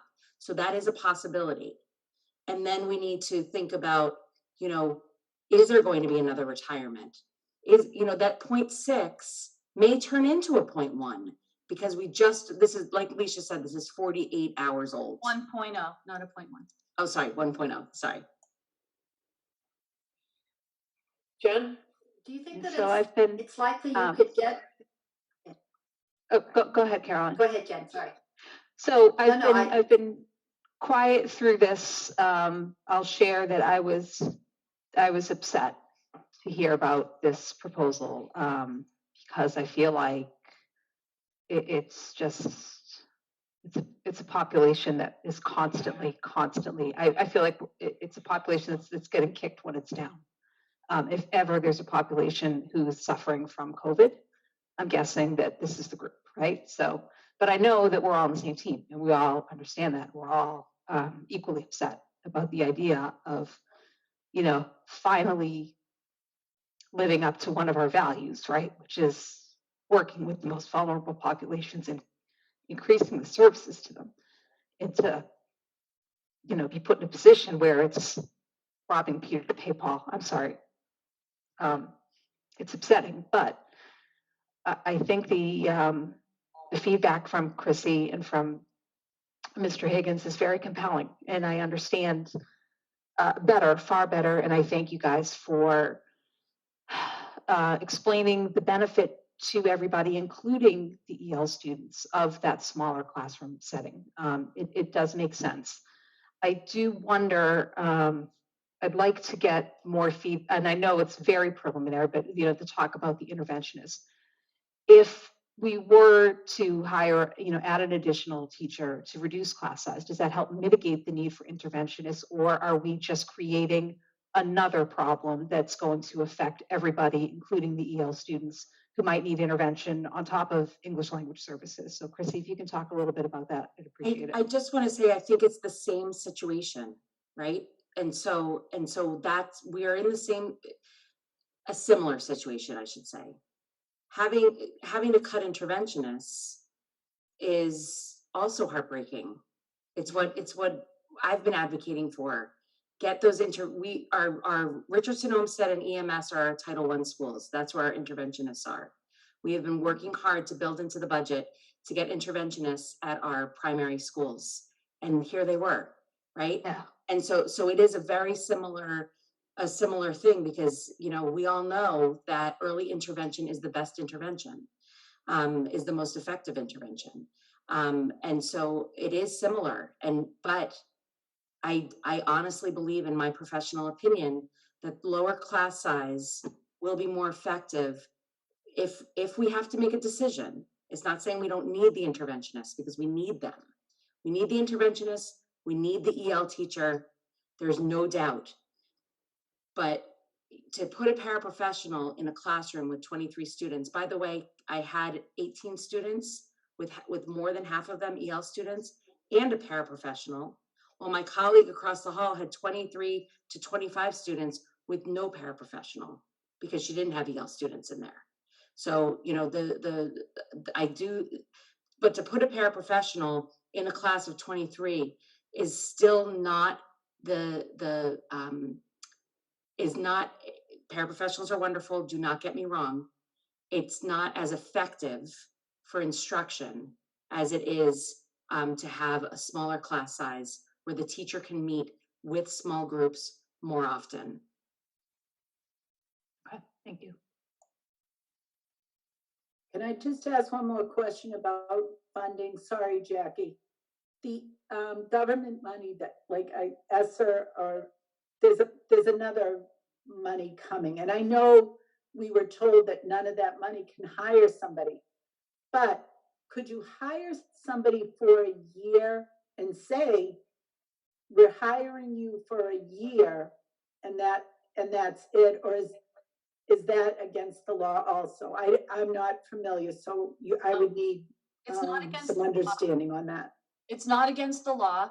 Our ESSER funding, we've already allocated all of it because it's for the next 3 years. We've already allocated it. You can hire people, but we hire part-time people with it, because if you hire a full-time person first, because the full-time person is in MTRS, you have to pay an additional 9% out of the grant. So you're not only paying for the position, it's an additional 9% for every position out of the grant. So it's kind of wasting grant money. And if they're a full-time person, you cannot just have a 1-year contract with someone. And because we do that all the time, and people still collect unemployment for 42 weeks. Thank you. I do want to Yes, just that's clarify fine. something also that you said, Nancy, that you just reminded me of earlier. And that's with money left over and the difference between one-time funds and paying money. We are going to have some one-time funds available this year, but that's being returned to the town, because you can't hire somebody next year with money from this year.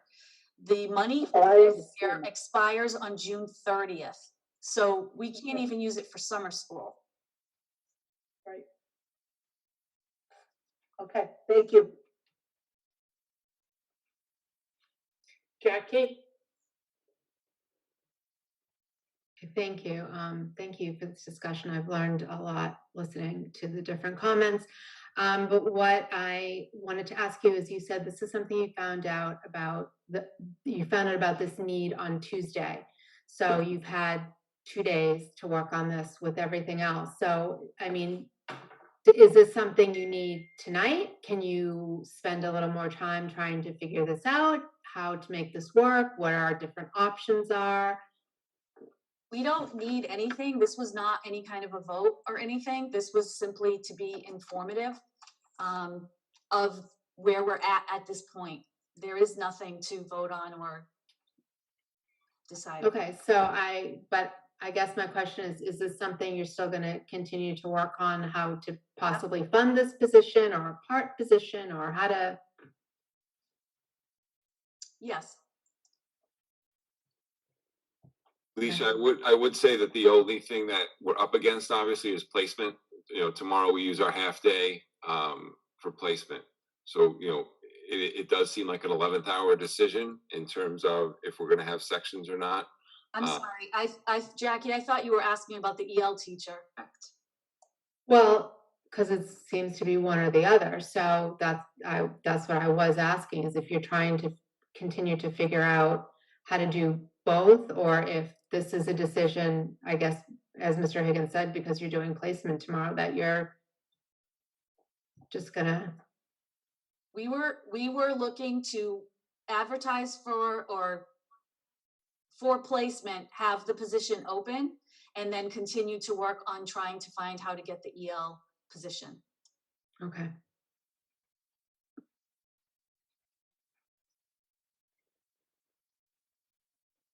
Anyone else? It's not up to, I mean, you have your budget, we have our budget, we voted on it. I just don't want people to come back and say, well, the school committee voted the budget and then we didn't get this, this, and this. Like, we don't have decision-making power to say, oh, Dr. Cabral, you have to keep the EL teacher. Oh, Dr. Cabral, you have to get an elementary teacher. Oh, you decide where that money goes, correct? We just voted the whole If budget. you are saying that you want something over another thing, that is within your purview. But you don't do line items. Theoretically, you leave the decision to us, knowing that we are doing what is educationally best for the students. Not one of us here has a child in pre-K to 2. We're not advocating for this because it's going to benefit us personally. We're telling you what we think is, in our professional judgment, the best way to go. And that's all we can do. And I understand what you're saying. Yeah, I get that. I do. I think the thing that bothers me the most is for 4 or 5 years, we've been saying, we need adjustment counselors, we need health teachers, we need an ELL person. And every year something, and I get it. But this year it seemed like, okay, yay, we have some money, these things will come true. And now, the day after town meeting, they're not coming true. So I'm hoping that you and your administrative team and everybody can get it to work, even if it's like a half-time person or something to start with. And then maybe next year things will be better. We have to get out of regressive and start being progressive, because Easton's not going to be US News and World Report worthy if we don't keep going, if we don't do what's best for our kids. Just to be All right, clear, I'm done. can I just be clear about something? I can tell you right now, the town of Easton will not go from regressive to progressive without additional funds, like an operational override. I am not asking for an override. I am just telling you, you don't go from regressive to proactive by cutting one thing you really need and putting it to something else you really need. Please understand, we do not have the capacity to go to proactive right now with the amount of money we are receiving. I just want to clarify, so that I don't think there's any prayer Alicia, we know that. to get to proactive this way. No, we're very clear on that. We've seen, the levels, and we certainly aren't going to jump 3 levels overnight with a few extra dollars that we could, quote, find, which of course that is a misnomer. We don't find money in the budget. Things change. But what I'm wondering is, are you talking really about a teacher at Parkview, or would that be the location? The first grade teacher that you would be adding. So when we look at the class sizes, what's happening is due to enrollment at Moreau there, and Tom, I think you've talked to your teachers about this, so It's a discussion that's been had. We Okay. don't need. So our second, we will be reducing the second grade at Moreau by 1 teacher. So there's an additional first grade at Parkview that's needed and an additional second grade at Center that's needed. So I'm assuming, and again, I shouldn't assume, but the second grade teacher will have the option, the second grade teacher at Moreau will have the option to go to Center and teach second grade or go to Parkview and teach first. And so I'm assuming that it could essentially be a second grade at Center or a first grade at Parkview.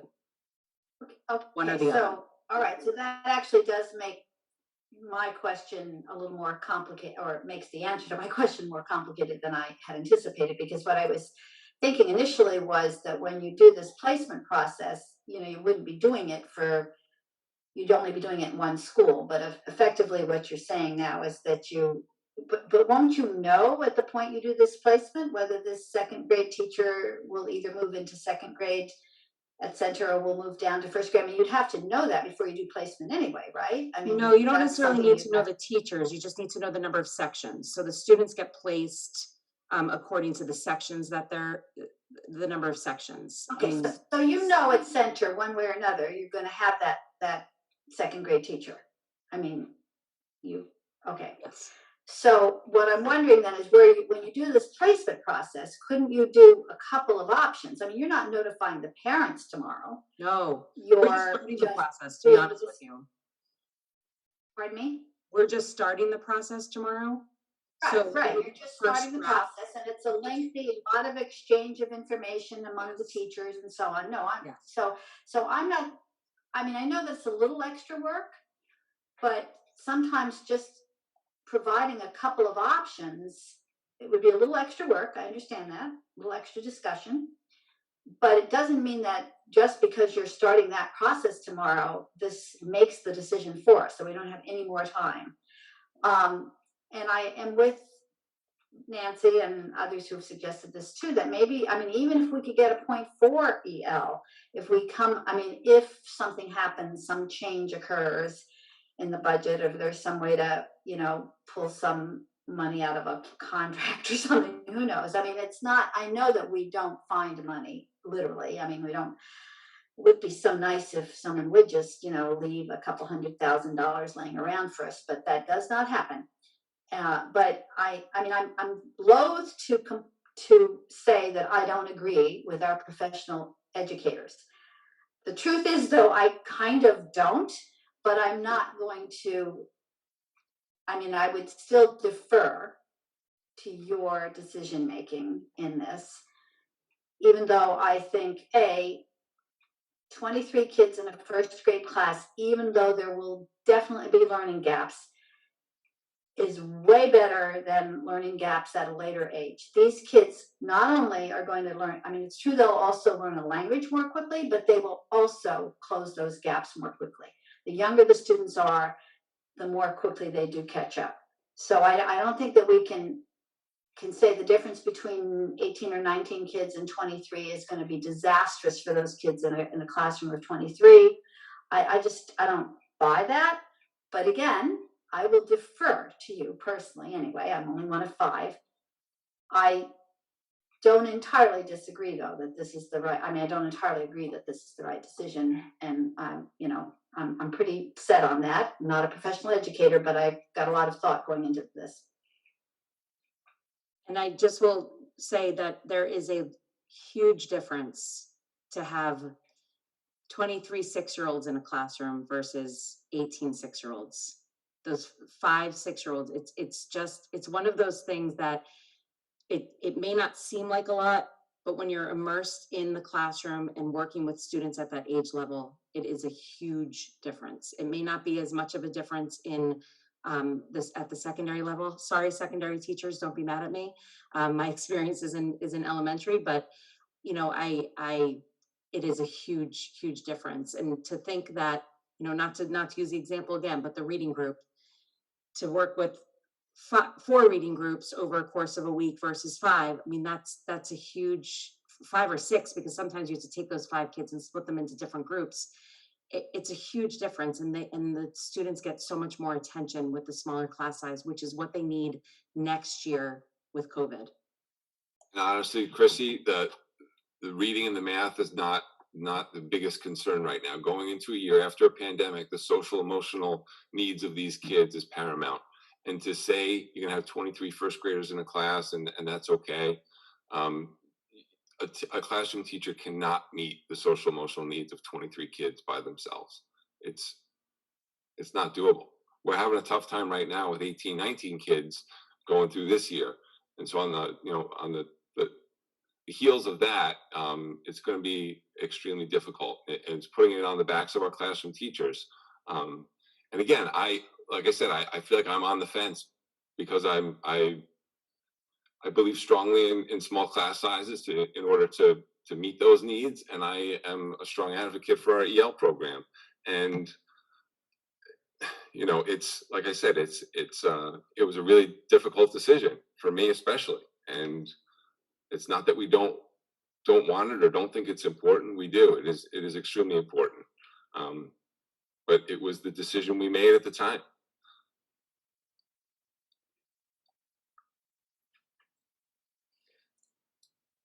Any other So questions? you made the decision.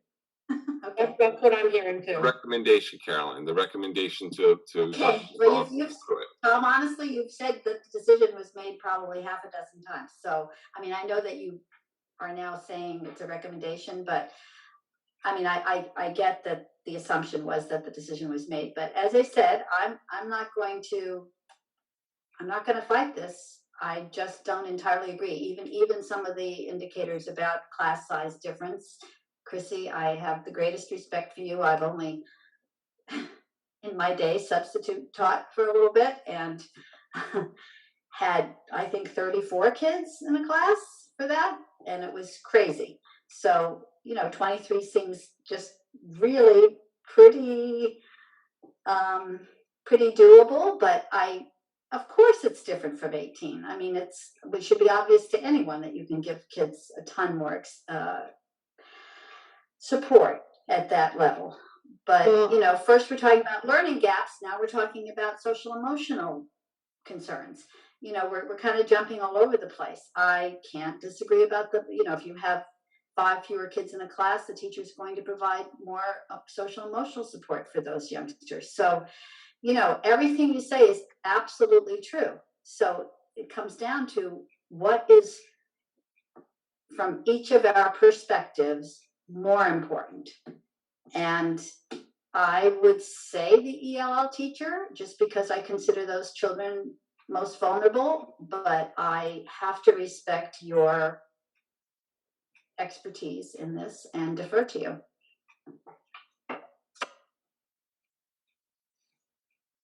Anyone else? No? Well, thank you. That was a lively discussion. Thank you for for joining us tonight and giving us your thoughts. All right, on to public comment, if that's all for district updates. Is that all? Okay. Yes, it is.